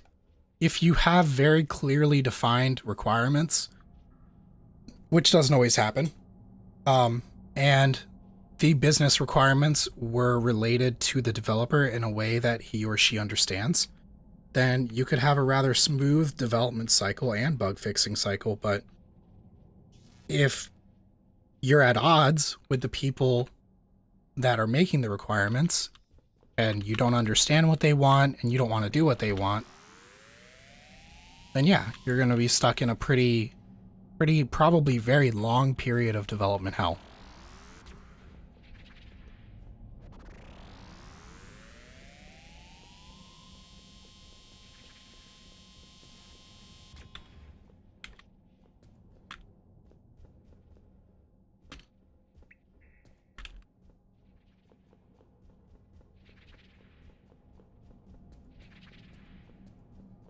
Did you already go down this other chute? I had to go out and get paste. Oh. Generally, you know, okay. So in my experience, so this is subjective, okay? So this might not match everyone's experience. In my experience, you'll only be creating more bugs by trying to fix bugs when you are working with a badly developed system. Now, if only we could get management to agree with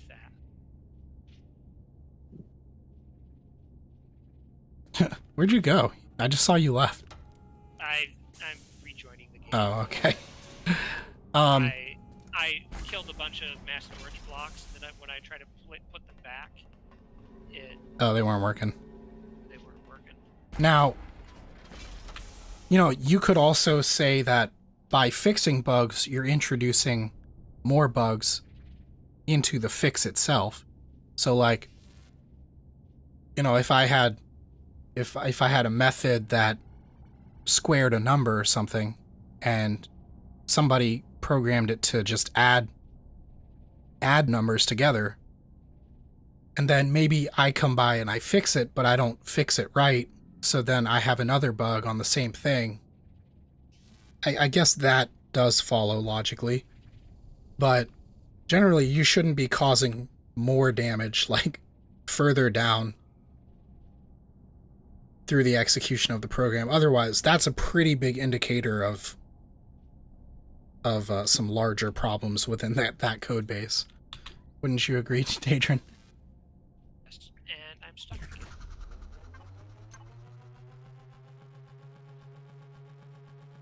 Because Something wrong with the server. so that's one of the fundamental principles of software design, is that all the pieces are modular, such that if I change something over here on this side, nothing over here should get messed up by that. Capsulation, separation of concerns, and loose coupling. Loose coupling, that's the biggest, that's the biggest thing. It's the hardest one to get right, too. Yeah, it is. Because you have to strike the right balance. Because obviously you can't have zero coupling, because if there's zero coupling, that means your components don't communicate with each other, and they don't do anything. So there has to be some coupling in order for work to get done. Yeah, but like you're minimizing those links, right?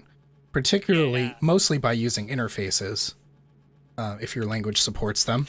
And if it doesn't, then what are you doing? Well, it's not just interfaces, of course. It's the whole thing about how much does your code know? You know, does it have to know about some stuff? It have to know about the internals, the internal behavior of the method that it's calling. No, I don't like that. I don't like doing It that. should, it should you should be programming by contract where you say, okay, this function has an input and it produces an output. Right. And then other pieces of the code rely on that to be correct. They don't try to check that it's correct because that other object should be doing it on its own. Um, yeah, and that's the way I like to code too. Is I like to think of it as a series of black boxes where nothing else has to care what's going inside. I mean, what's going on inside. It just gets its return value and it just goes on with its day. One of the anti-patterns that I think that a lot of people do when they think they're writing loosely coupled code, but it isn't actually loosely coupled. It's actually quite tightly coupled. Is when you've got a parameter and you're passing it through like 10 different layers. Yeah. Because what that means is it says that I don't need this variable, but some guy 10 layers underneath of me needs it. Right. And that's tight coupling. That means that, this object over here needs to know the internal behavior of some other object, 10 classes away. And ideally, that should be eliminated. Yeah. Not to mention you have all these references to other classes all over the place, and yeah. It's bad news all around.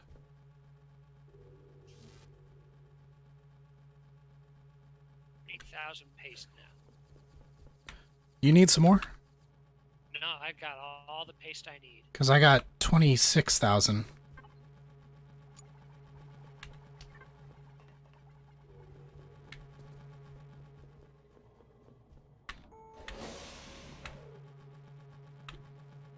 I was kind of hoping we could build that C5 tonight, but it might not be the best idea since the stream's almost over.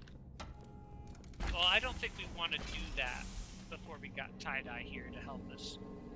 Yeah. And Might we'll also want, like you said, we'll probably want to clear out some of these crystal veins that are, kind of getting in the way of stuff. Yeah, I think so. I'm not really sure. I mean, I've never seen this part of the game, so I really have no idea. Yeah, I actually have no idea if the cryospawners are actually literally going to spawn from the center of the C5 here or not. Well, I hope so. Otherwise, what have we been doing? A lot of time. Yeah.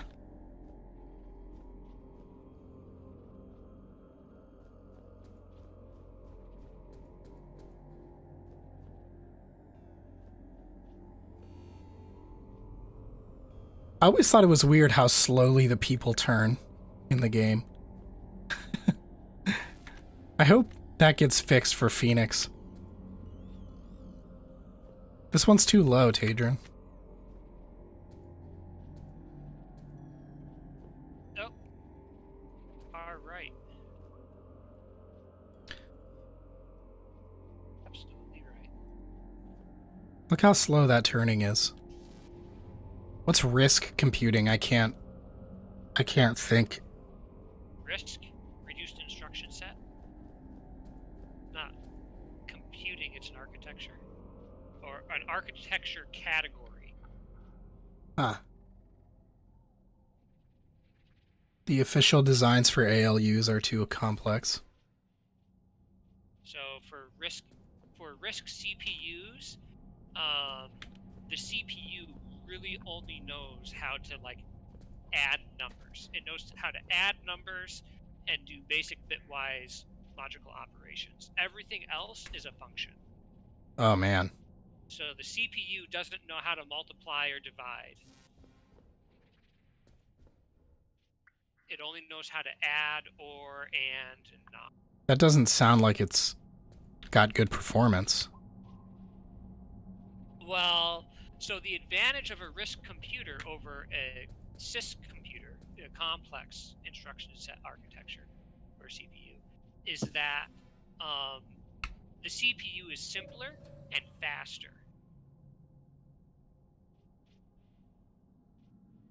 Somewhat, Okay. paradoxical. They say, okay, so I have to do, 20 instructions in order to, multiply these two numbers together. But the thing is that the complex instruction set might have just been doing that under the hood anyways, Right. using microcode. But not to mention that if you had the ability to use one of these RISC CPUs, you could get one purposefully for your design. RISC CPUs are still generic purpose. Am I making sense? No, not really. But like, if you had something you wanted to build that didn't need like, a full CPU, you could just use like a RISC. It's like kind of similar to using like a microcontroller instead of like a computer. Yeah, that doesn't make sense. I know what you're trying to say, but that's not the ways. I don't know. I'm getting tired. RISC stuff. Yeah, your mental energy has been drained. My brain's shutting off before everyone's very eyes. Because, like ARM is a RISC CPU. Oh, is it? Yeah. So your phone uses. I didn't even realize that. And so you say like Intel CPUs, for example. Oh, those are complex. That's x86 complex instruction set because you've got an instruction for everything. Well, the dirty little secret is that under the hood, you're not actually programming x86 assembly on the CPU. That x86 assembly is being translated into microcode. Oops. And that microcode is a reduced instruction set. Yeah, ARM seems pretty cool though. Didn't Apple say they were gonna make their next generation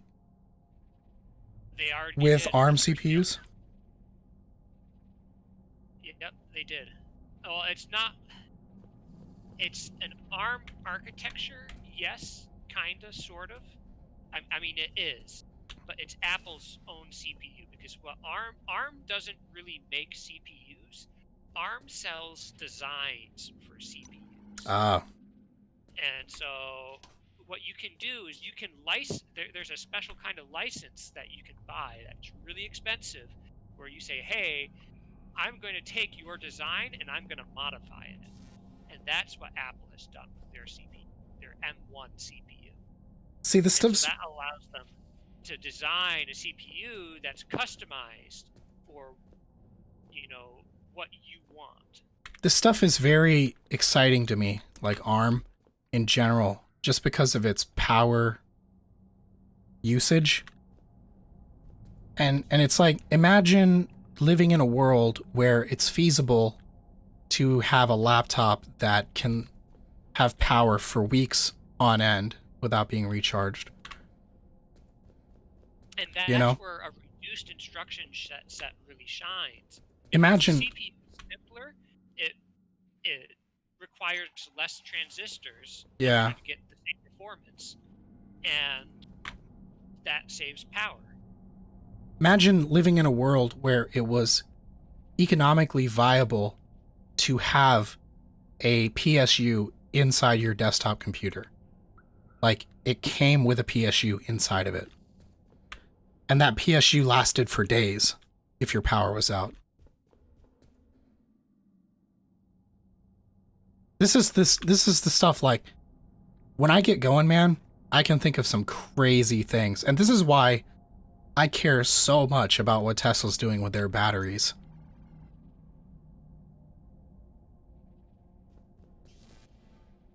PSU? I mean, UPS. Not PSU. UPS. It's a PSU as well. Power supply unit.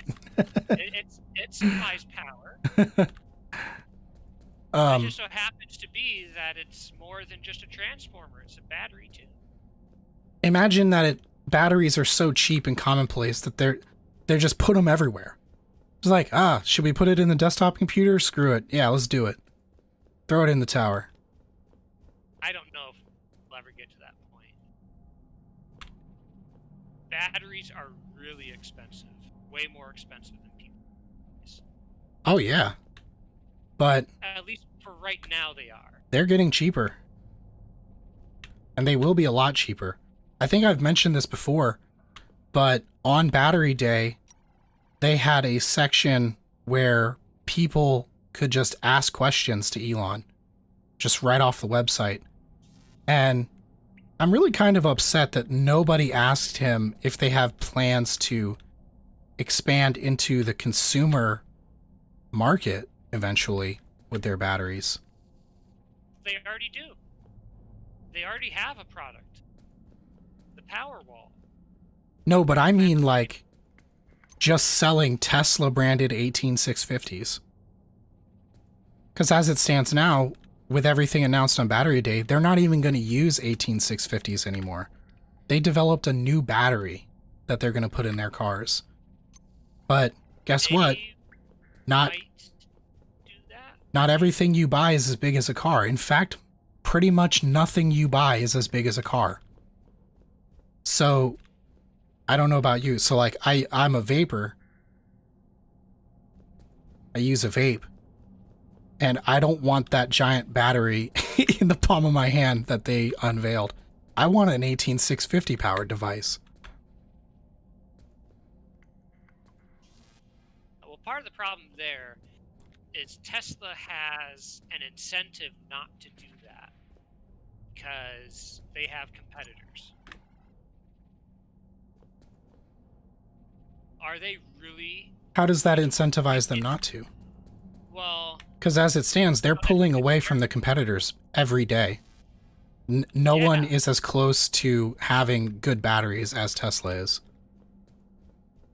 They do that by making sure that their competitors can't just use their batteries. Now, granted, I don't know if this is still the case, but there was a time when Tesla said, hey, all of our battery patents, you can use them free of charge. All you have to do, oh, and I'm out of power. All you have to do is, sign a contract with us promising to be essentially open source patents, essentially. That you promise not to sue people yourself for your own patents. Yeah, that would be cool. I would really love to see them. I want to see Elon Musk say that he's going to make Tesla branded 18650 batteries. That's what the world of consumer electronics runs on. Any of you guys got a laptop? Does your laptop have a battery pack? There's 18650s inside. There's either 4 or 6 of them. Take a pair of pliers and rip it open. You'll see 6 or 4 18650 cells. That's what's inside a laptop battery. Smaller batteries.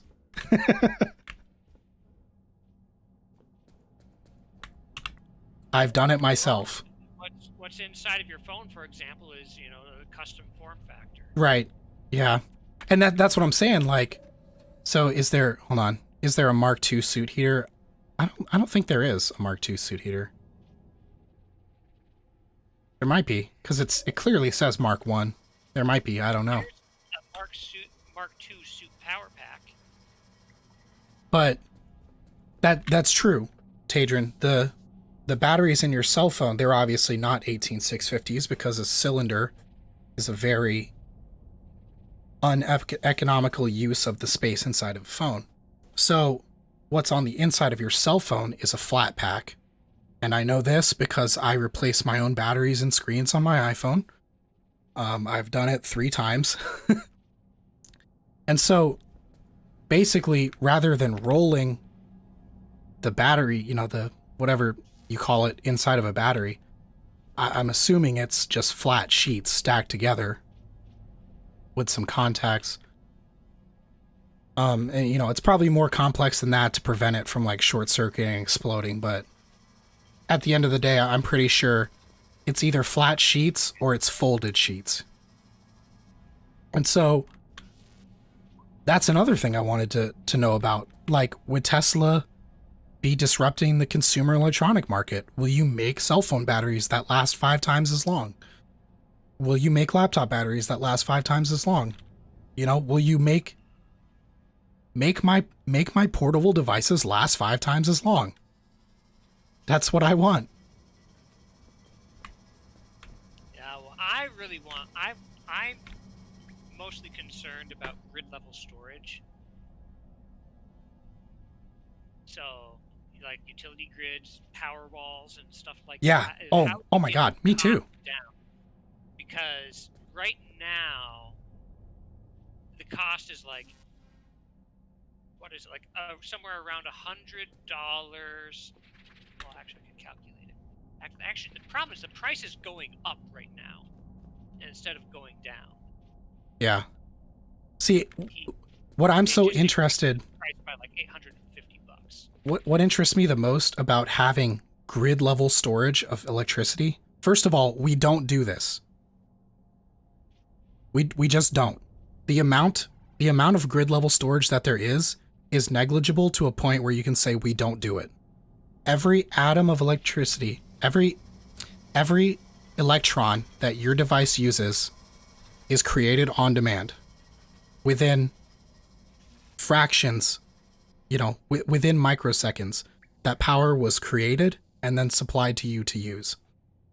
Like the engineering teachers say, professors say, when you turn on a light, a generator somewhere slows down a tiny bit. Right, exactly. Yeah. And so, first of all, we cannot use renewable energy sources. We can't use solar, we can't use wind, because guess what? Solar doesn't work at night. Wind power works whenever the hell it wants to. So they are not reliable to provide this base level of electricity that we use. Unless we have batteries. We had batteries, we could store the excess power. We could create more wind turbines. We could create more solar panels. And we could just disconnect them if we needed to. If our power capacity was full, just turn them off.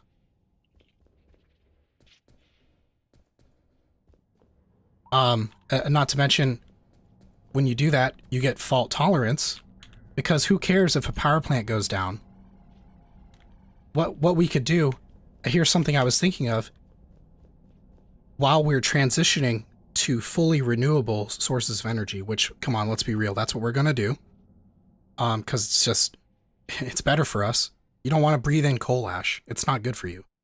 But while we're transitioning to this, we can still have these power plants running, but there could be like a government mandate or something that you need to have enough battery storage that you can supply your base level of electrical output for, you know, up to a day in the event of an outage. That's what I think. Because if your power plant's out for longer than a day, your power plant's out, or it exploded or something. Well, in the case of renewable power, it could just be, yeah, we've got overcast skies for the next week. Yeah, but that's what I'm saying. I mean, not that's what I'm saying. Let me do a here's the thing for you. Here's the thing. Even if it's overcast somewhere in the United States or somewhere in the world, it's not going to be overcast everywhere in the world. Yeah. You know what I mean? So if we had fully interconnected grids with actual buffered storage, we could do it. You know what I mean? There's enough. There is enough potential energy hitting our planet at any second in time. So the problem is that if you crunch the numbers of what it would take to actually do that, it would cost for the U.S. alone nearly $4 trillion to do that. Well, yeah, it would be expensive until it's done. But once it's done, the total value of the energy industry, how much is it? About 700 billion. So if you look at the entire United States, all of the utility lines, all of the power plants, everything that is used to generate and transmit power is worth about $700 billion. So that's everything that we've done over the past century has cost us $700 billion in today's dollars. And so we would have to cram 400 years worth of energy development into this short time period where you're trying to ramp up to get to 100% renewable energy. Right. Well, yeah, definitely. We wouldn't want this to be hundreds of years long of a process. We would want to accelerate that, but that would be very expensive, and I do recognize that. But what you can do, so 100% renewable energy is almost impossible, but what you can do is 80% renewable energy. I don't think so. Why is that almost impossible? 100% renewable energy, just because of the sheer amount of battery storage that would be necessary, and the transmission lines that you would have to build in order to create that fully interconnected network, and then you'd have to maintain those utility lines, which is where a lot of the cost of electricity comes from, is not from the coal that you burn, but it comes from all of the effort that goes into maintaining all of the utility lines. And so you'd have to double or triple the number of lines you got out there. Well, that is expensive, yeah. So what you could do, what makes things much easier to accomplish in the near future, is if we accept to say, okay, we're going to have combined cycle natural gas turbines. We're going to have those, and we're going to have peaker plants, and we're going to have a decent amount of natural gas, but you can at least replace most of your fossil fuels with renewable energy. And then combined cycle turbine generators are actually like the most efficient in terms of cost, and they're actually much better than coal for the environment too. They generate like half as much CO2 and no ash. It's just methane and oxygen makes carbon dioxide and water. So those are the only two waste products that they produce. And that is the direction that we're going right now. The problem is we don't have the solar generation in the US being built. There are countries in Europe that are getting pretty close. No, we're building solar. We're just not there yet. Yeah. Well, we're building solar, but not nearly as fast as we should be. Yeah. And part of the problem is we need to develop more smart grid technologies. Yeah. I cannot stress this enough, guys. Solar power is the answer. like Well, I think wind power is honestly probably going to be the answer. Wind power is really nice. Solar is really nice. Nuclear is better, but nuclear disasters and the like. But you think this Well, thing up here is ever going to explode and blow up your whole town? Because it's not. It's physically incapable of doing that. I I looked at don't a solar know. panel. We might get a solar leakage, you know?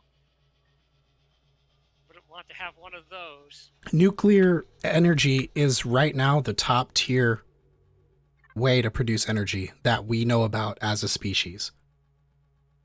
Unfortunately, nobody wants to live next to a nuclear reactor because nobody wants to die, having their atoms ripped apart from them. Which is understandable. I don't want that either.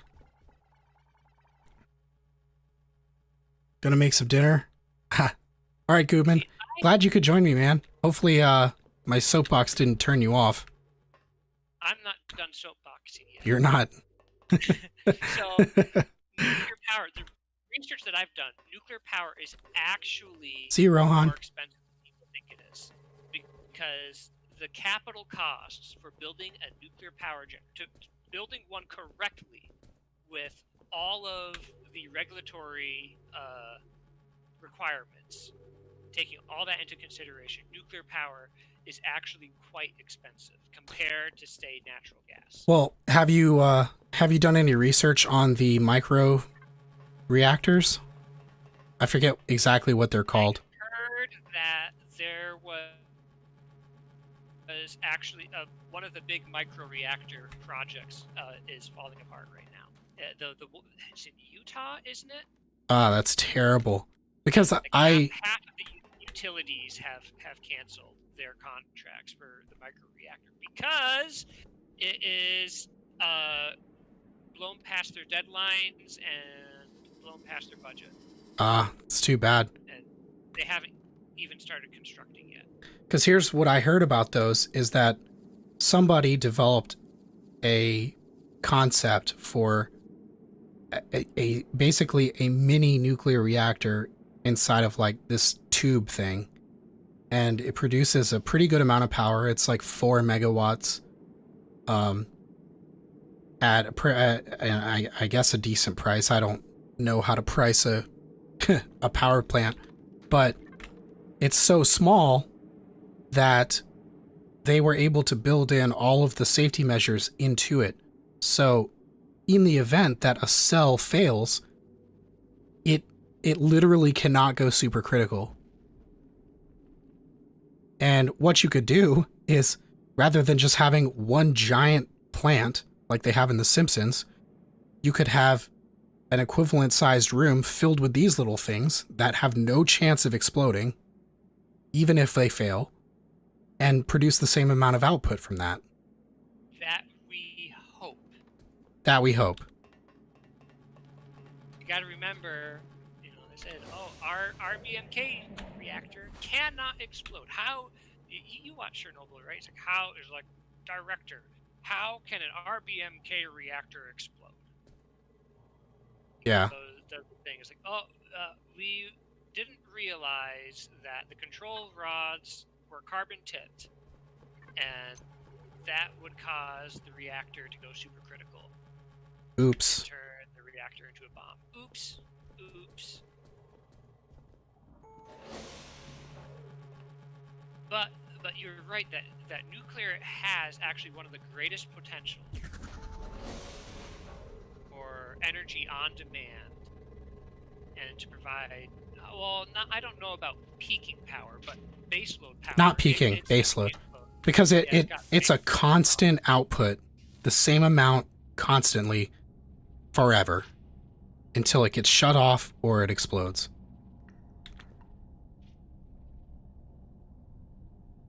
Exactly true. Fun fact about nuclear reactors. Down over time as the fuel rods decay, it loses power. Okay, that's fair. And they compensate for that, of course. So. Fun fact about nuclear reactors, guys. It's not really a nuclear reactor. It is a steam engine producing power using nuclear power to create the steam. Yeah.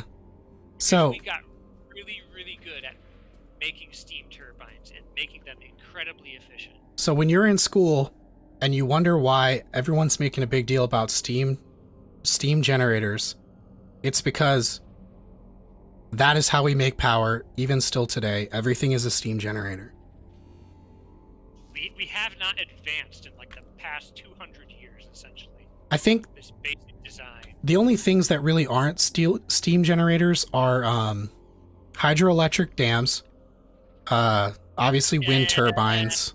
Hydroelectric dams are just liquid steam turbines. And solar panels. Otherwise, wind turbines are just very, very extremely low density. Yeah.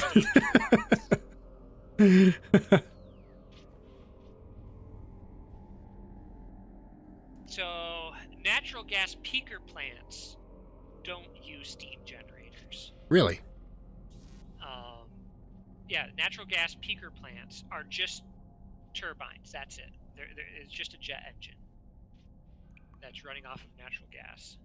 Oh, okay. The combined cycle natural gas, they said, hey, you know what would make this natural gas turbine better? Slap a steam turbine on it. So that's what a combined cycle turbine generator. How do those work, though? Is it just like an electric motor, but it's being turned by a natural gas turbine? It's a natural gas turbine. So the natural gas turbine generates power just like it normally does, but they capture the waste heat from that turbine and use that waste heat to create steam to power a steam turbine. So you've got two power generators in one, and that's what makes them so insanely efficient. Because not only are you directly capturing, the free energy from the natural gas turbine, but then all the waste energy, you're extracting, what little free energy you can out of the waste heat and turning that into electricity as well, as much as you possibly can. Yeah. So the efficiency is, well, I don't know, it's not 80%. See, this kind of stuff I'm super hype about is new technologies that still have room for improvements.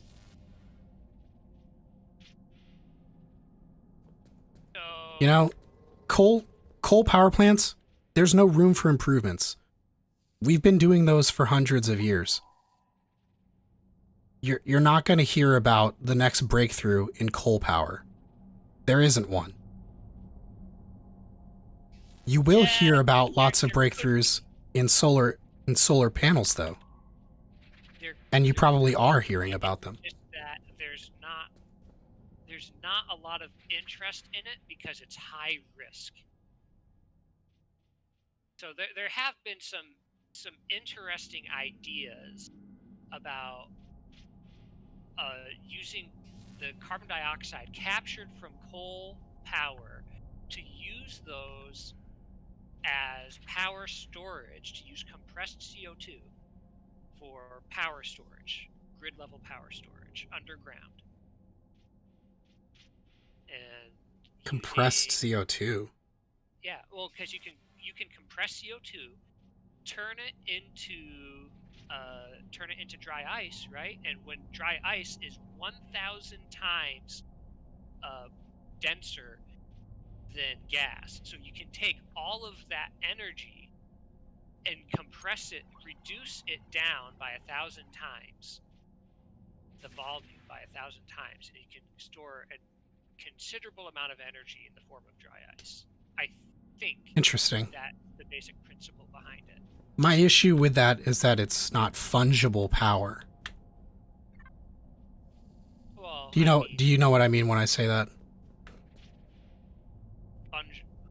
So, well, does that mean in economics, no, not tangible. In economics, or when just dealing with money in general, we have this idea of fungibility, meaning if I have $100, I can go and buy anything that costs $100 with that $100. Exchangeable, yeah. But if I have $100 worth of strawberries, I can only buy something from somebody that wants $100 worth of strawberries. And in the same way, if you convert all of this to dry ice, then you have to spend time, you know, deconverting it back to the real thing we want, which is electricity. Because we don't want dry ice, we want electricity. You know what I mean?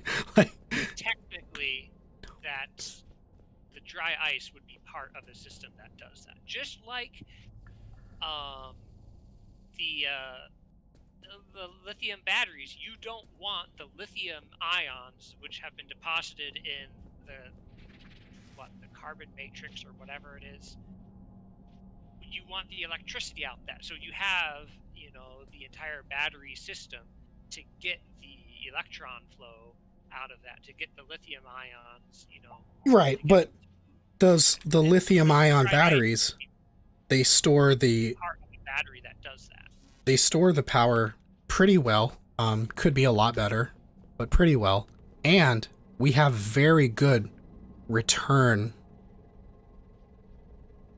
on it. Like, I mean, high efficiency, right? yeah, it's ridiculous. It's like 97% efficiency taking energy out of the battery. Whereas, like, literally nothing else on the planet has that high of efficiency. But the problem is, you have to supply the electricity to go into it. You know, it doesn't make electricity. Well, the big problem with lithium-ion batteries right now is just the cost. Like a Powerwall is, I calculated it out. With the Tesla Powerwall, it adds about 20 to 40 cents per kilowatt hour to your electricity bill, which is insane if you think about it. Having the Powerwall? Yeah, just putting electricity through the Powerwall adds, you know, from the capital cost of the battery over the course of its lifetime, adds anywhere from like 20 cents to 40 cents per kilowatt hour. And so if you think that, you know, electricity normally only costs like 12 cents per kilowatt hours, and you say, oh, if I buy a Tesla Powerwall, it's going to take my 12-cent electricity and turn it into like 20 to 30 cent electricity. You know? Is that true? Because I've heard people are already making money from having their Powerwalls. Well, they're not making money yet, but they're recouping their investment right now. They recoup their investment from the solar panels. The Tesla Powerwall doesn't make sense unless you are able to, if there's like an arbitrage plan where they will pay you top dollar to use your Powerwall in order to help replace their peaker plants. Because electricity, the actual true cost of electricity fluctuates over the day. Yeah. Depending upon how much is produced and how much is being demanded. And so when there's a sudden spike in demand, that has to be covered. Prices go up within milliseconds. And so prices skyrocket out of control when that happens. Yeah. And so that's why you can get the Hornsdale Power Reserve, biggest battery in the world. I don't know if it is still the biggest battery in the world, but it's one of the biggest batteries in the world. Has made millions of dollars of profit off of that. Right. So that's what people don't understand, what the big grid level storage that they're building right now is for. It's not for storage of electricity. It's to provide utility services. It's a buffer. It's a buffer. It's power conditioning services in order to maintain voltage and frequency. We don't. Well, I don't. There are other people that think about this, but I don't even want long-term storage of power. Because, first of all, lithium ion is not good at holding power long-term. But also, what's the point of holding on to all this power? We should be using it. So that you can use it when the sun isn't shining and the wind isn't blowing. Yeah, but that's not long-term storage. That's still very short-term. I was watching some people talk about months-long electricity storage, and it's like, why? Yeah, that's Why are you trying to store well, electricity for months? if you are in Alaska, for example, right? And it's literally the sun doesn't come up for 6 months of the year. That's what wind power's for. There's plenty of wind in Alaska, I can tell you that from experience. That's true. Yes. I mean, I'm just running find me a place on Earth that has... I'm done playing. I'm just Yeah, I'm just talking. Energy because I love talking Find, about it. find me a place on Earth that has no power, no wind, and no sun. And I would love to hear about it. That's an open letter to anyone who hears this. Are there? Okay, there are some stipulations. It cannot be underground, obviously, because, you know, first of all, if you're going to build something underground, why not just build the power generation stuff on the top?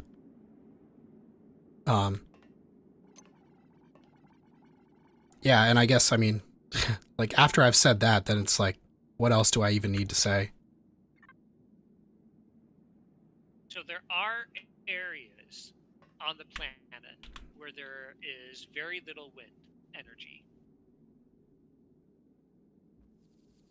And yeah, they're called the doldrums, I think is the official name. But what I was taught when I was in school, when my teacher taught me about it in science class, was they called them the horse latitudes. And they called them horse latitudes because if sailors sailed, if you know the trading ship sailed into the horse latitudes, they'd lose their sail, the wind power that was driving the ship, and they'd have to eat their horses that they Ooh, had on, that's no good. because there would be no wind for months essentially. But you're also not going to build something in the middle of the ocean.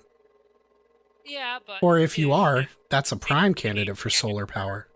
If the same thing can happen in over land and not necessarily over sea. Or, you know, if you're in the sea, maybe it's not solar or wind power. Well, obviously, I guess you wouldn't be in a horse latitude. But we could even maybe take advantage of natural currents in the oceans. Which, of course, in those specific longitudes that you mentioned, there would be none. Otherwise, people wouldn't starve and eat their horses.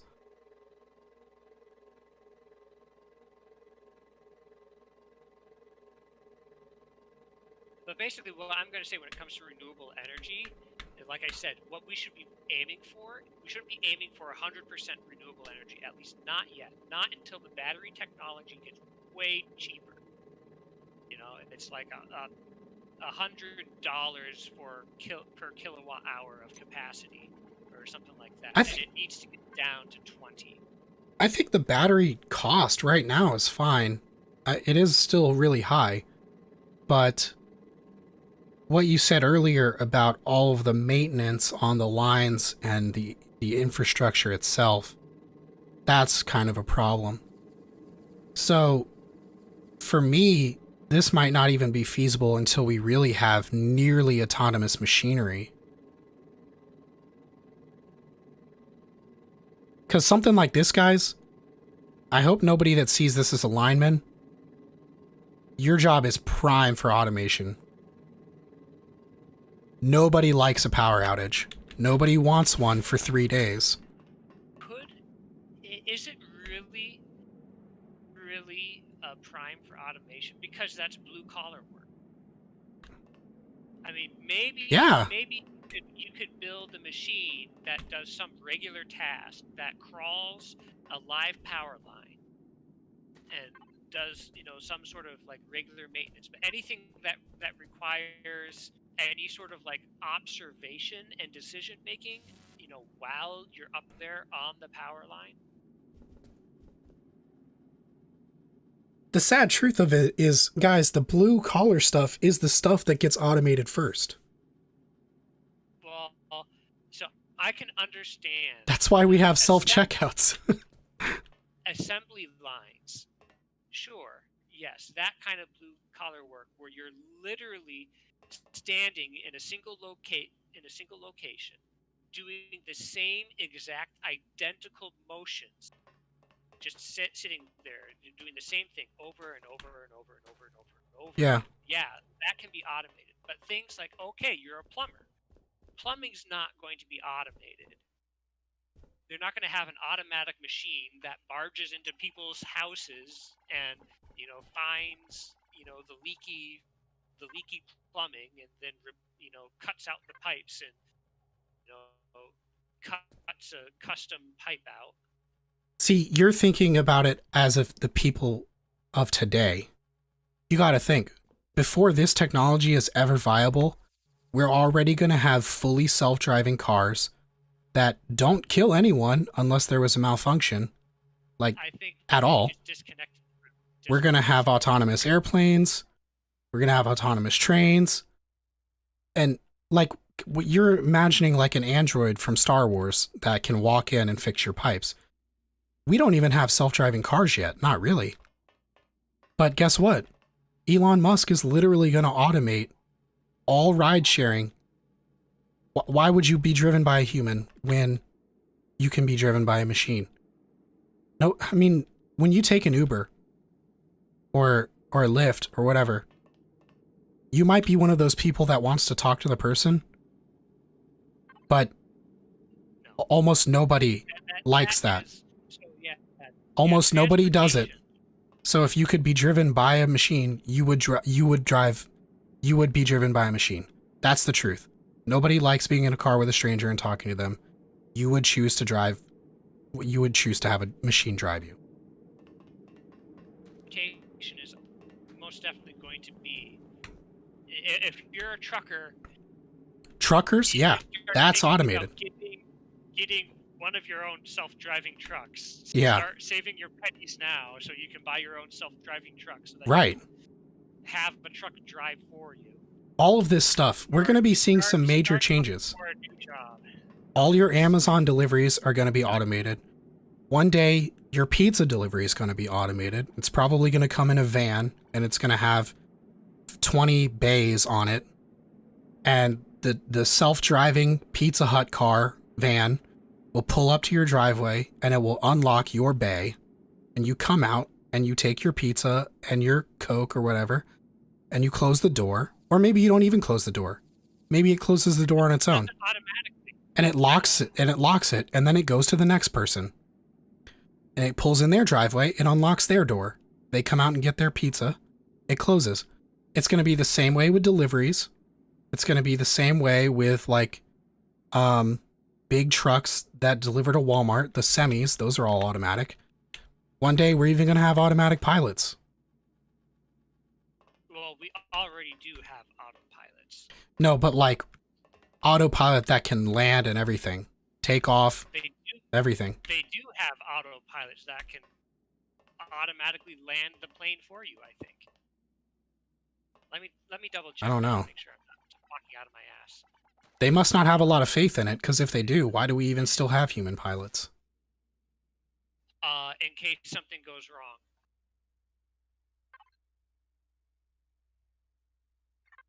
And to make high-level decisions and stuff like that. Because all I'm saying is, Elon is very confident in his self-driving cars. He said on Battery Day, I heard him say this, he is so confident that he thinks lawmakers will push people to own self-driving cars, and you'll be basically punished for owning a car that doesn't drive itself. He thinks that they're going to be so much safer that you will be forced to buy one. Even if you don't want one, you will still have to have one to be a legal, roadworthy vehicle. That is going to have a whole lot of resistance. Just look at COVID-19 right now. And 300,000 people have 250,000 people, over 300,000 excess deaths total have died. And how many people out there are resisting every single effort to, to quarantine or to try to, prevent the spread of the coronavirus. And It doesn't matter though, because it's the lawmakers that decide. And the police follow the laws that the lawmakers make. And what's going to happen is the lawmakers are going to get a report that says self-driving cars result in 80% less fatalities on the road. And they're going to say, well, everyone needs one. And it doesn't matter if you don't want one. That's what we have police for. You're going to get fined. You're going to get jailed. Alcohol. We still sell alcohol, though. Right? So most traffic accidents are caused by alcohol. Now, granted, self-driving cars would fix that. But yeah. The point is that we could say, hey, alcohol-related deaths could be eliminated if we banned alcohol. Bro, this is my brother, by the way. Bro, you're speaking as if you actually think human brains are faster than computers. They are not. Period. They're just not.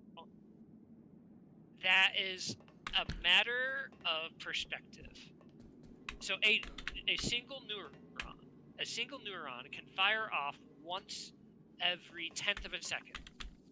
So our neurons run at about 10 hertz, right? But you've got trillions of neurons. So you've got on the order of 20, 30 trillion synapse operations per second. And that is most definitely, in terms of parallel computing power, is way faster than your computer. Why do you think a computer can't make an emergency landing? How does a human make an emergency landing? Humans have eyes. We have cameras. Put a camera on the plane makes decisions on that. That's what your brain does. Your brain picks a place to land and decides if you can land there without exploding. What the plane doesn't do, what the camera doesn't do, is object recognition. I mean, that's where all of the big technology is right now, is trying to create the machine learning algorithms in order to get object recognition. Ideally as good as humans, but that is never going to happen. Here's the thing. Machine learning cheats. Anything you can do with your brain, a computer can do it better. Because here, do you know the tensile strength of aerospace? Not aerospace.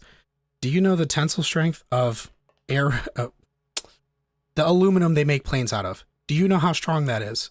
Do you know how fast you're going? Maybe your gauge is broken. You don't know how fast you're going. Can you survive this landing on the water? A computer can tell instantly, and it can even run simulations on how much force is estimated to be produced, and it can say, if I crash down in the water right here, my whole plane's going to get ripped apart and everyone inside's going to die. Your brain cannot know that for sure. Well, you can guess. The computer doesn't know that either. The computer has an algorithm and it blindly follows that algorithm, whether that algorithm is correct or not. And if it's a machine learning algorithm, it's not even really an algorithm. It's a heuristic that does God knows what. Nobody knows how these machine learning algorithms work, what they actually do, how they work under the hood. Nobody knows. And they just kind of work, except when they don't. And like as an example, Tesla's autopilot system. There was it was one of the Chinese tech companies that you know them for making video games, but apparently they're big into like cybersecurity as well. They said, hey, all I have to do is just place a sticker, just a single stick, imperceptible to the human eye, just place it on the road, and I can trick the Tesla vehicle into driving off the road and crashing and killing the driver. So the computer does not know what it's doing. It's following an algorithm blindly, and that algorithm has been trained to accomplish a certain goal, and we hope that goal is what we think it is, but in reality, it's not. Because all the machine learning algorithm is trying to do is it says, I've got a neural network and I just want to maximize this value over here. And you hope that the only way to maximize that value is to achieve the goal that you're looking for. But the computer itself doesn't actually have understanding of what it's doing. It's not sentient. We don't But have general artificial intelligence. this is again thinking in terms of today. You know, who's to say in the future that we're using pure neural networks? It could be a mix of actual instructions, and they have these little black boxes that are neural networks, and each one decides the best outcome. That may or may not even be possible. So, like, you could say your airplane's doing something weird. First of all, you have a machine learning algorithm that, you know, checks out all the diagnostics and everything. So first of all, am I even having a problem? Second of all, oh, shit, I am having a problem. So we need to initiate some emergency landing procedures. So I need to start scanning terrain and find the best place to land. And you know what?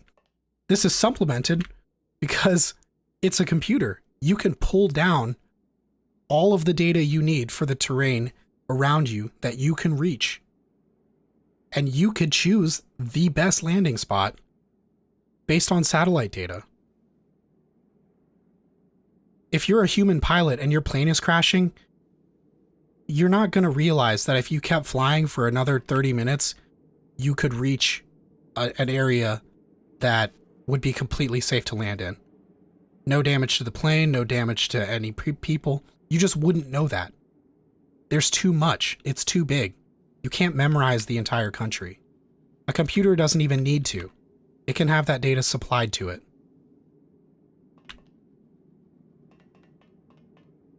Well, all I will say is that the machine learning algorithms we have are actually quite limited in scope of what they can do. Right now. Yes, right now.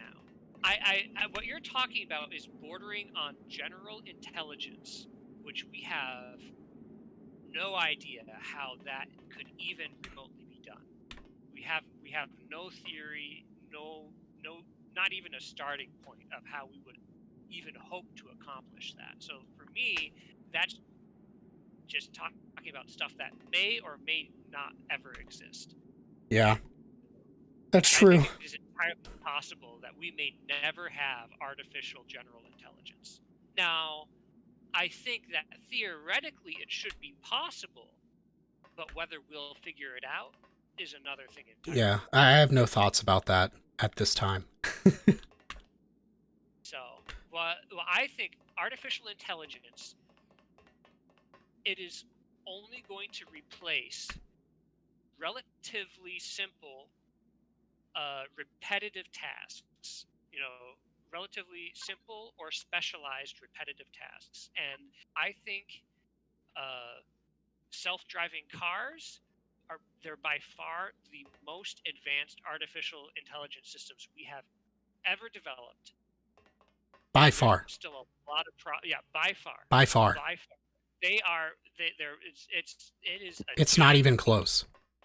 Yeah. No other piece of automation is as advanced as the self-driving cars. But even then, even with all of that technology, the car itself doesn't know what a road is, what a road looks like. It doesn't know what a car is, what a car looks like. You know, it sees something. It's just following instructions. It's got a camera. It's you know, processing signals and following instructions and stuff like that. But if it sees, you know, this pixel is off just a tiny bit, it suddenly thinks that, oh yeah, I'm going to drive off the road and, you know, crash into the side of a bridge because it saw, you know, some pixel was slightly off that suddenly sends it haywire. Whereas with a human actually has cognition and the ability to rationalize what it's seeing. If something seems totally off, it knows, you know, how a road behaves, what a road is, how a road is shaped. And it says, oh, hey, I can't be taking a 90-degree turn right here because the road is quite clearly going straight. Right. Even when, visibility is disrupted, you can't see the markings on the road, you still know relatively where the lane is. And granted, I don't have an autopilot, a self-driving Tesla car or whatnot. I'm definitely going to get one. How far? I'll post videos on the channel. My next car will be a self-driving car. I will admit that. Mine too. My next car will be a self-driving car. Granted, I plan to run my car into the ground until it dies. So I'm hoping to get, if I'm lucky, another 10 years out of it. But I'm just going to do that because I don't want to buy a new car. It's a huge investment. The human brain excels at that sort of thing. And it is very good at it, and computers are very bad at it. And even our most advanced artificial intelligence systems can't hold a candle to the human brain in terms of reasoning and decision making. And just right now. Raw processing power right now. Like our most advanced supercomputers, it takes them like a day in order to simulate the visual cortex only of a mouse's brain for like 6 seconds. There was some landmark this year, I think, that happened where they finally like simulated some small creatures an entire brain, but they only did so for like a couple seconds, and it took them multiple days to run the simulation. And so that is the sheer parallel capacity of the human brain. Computer CPUs don't even hold a candle to it. Yeah.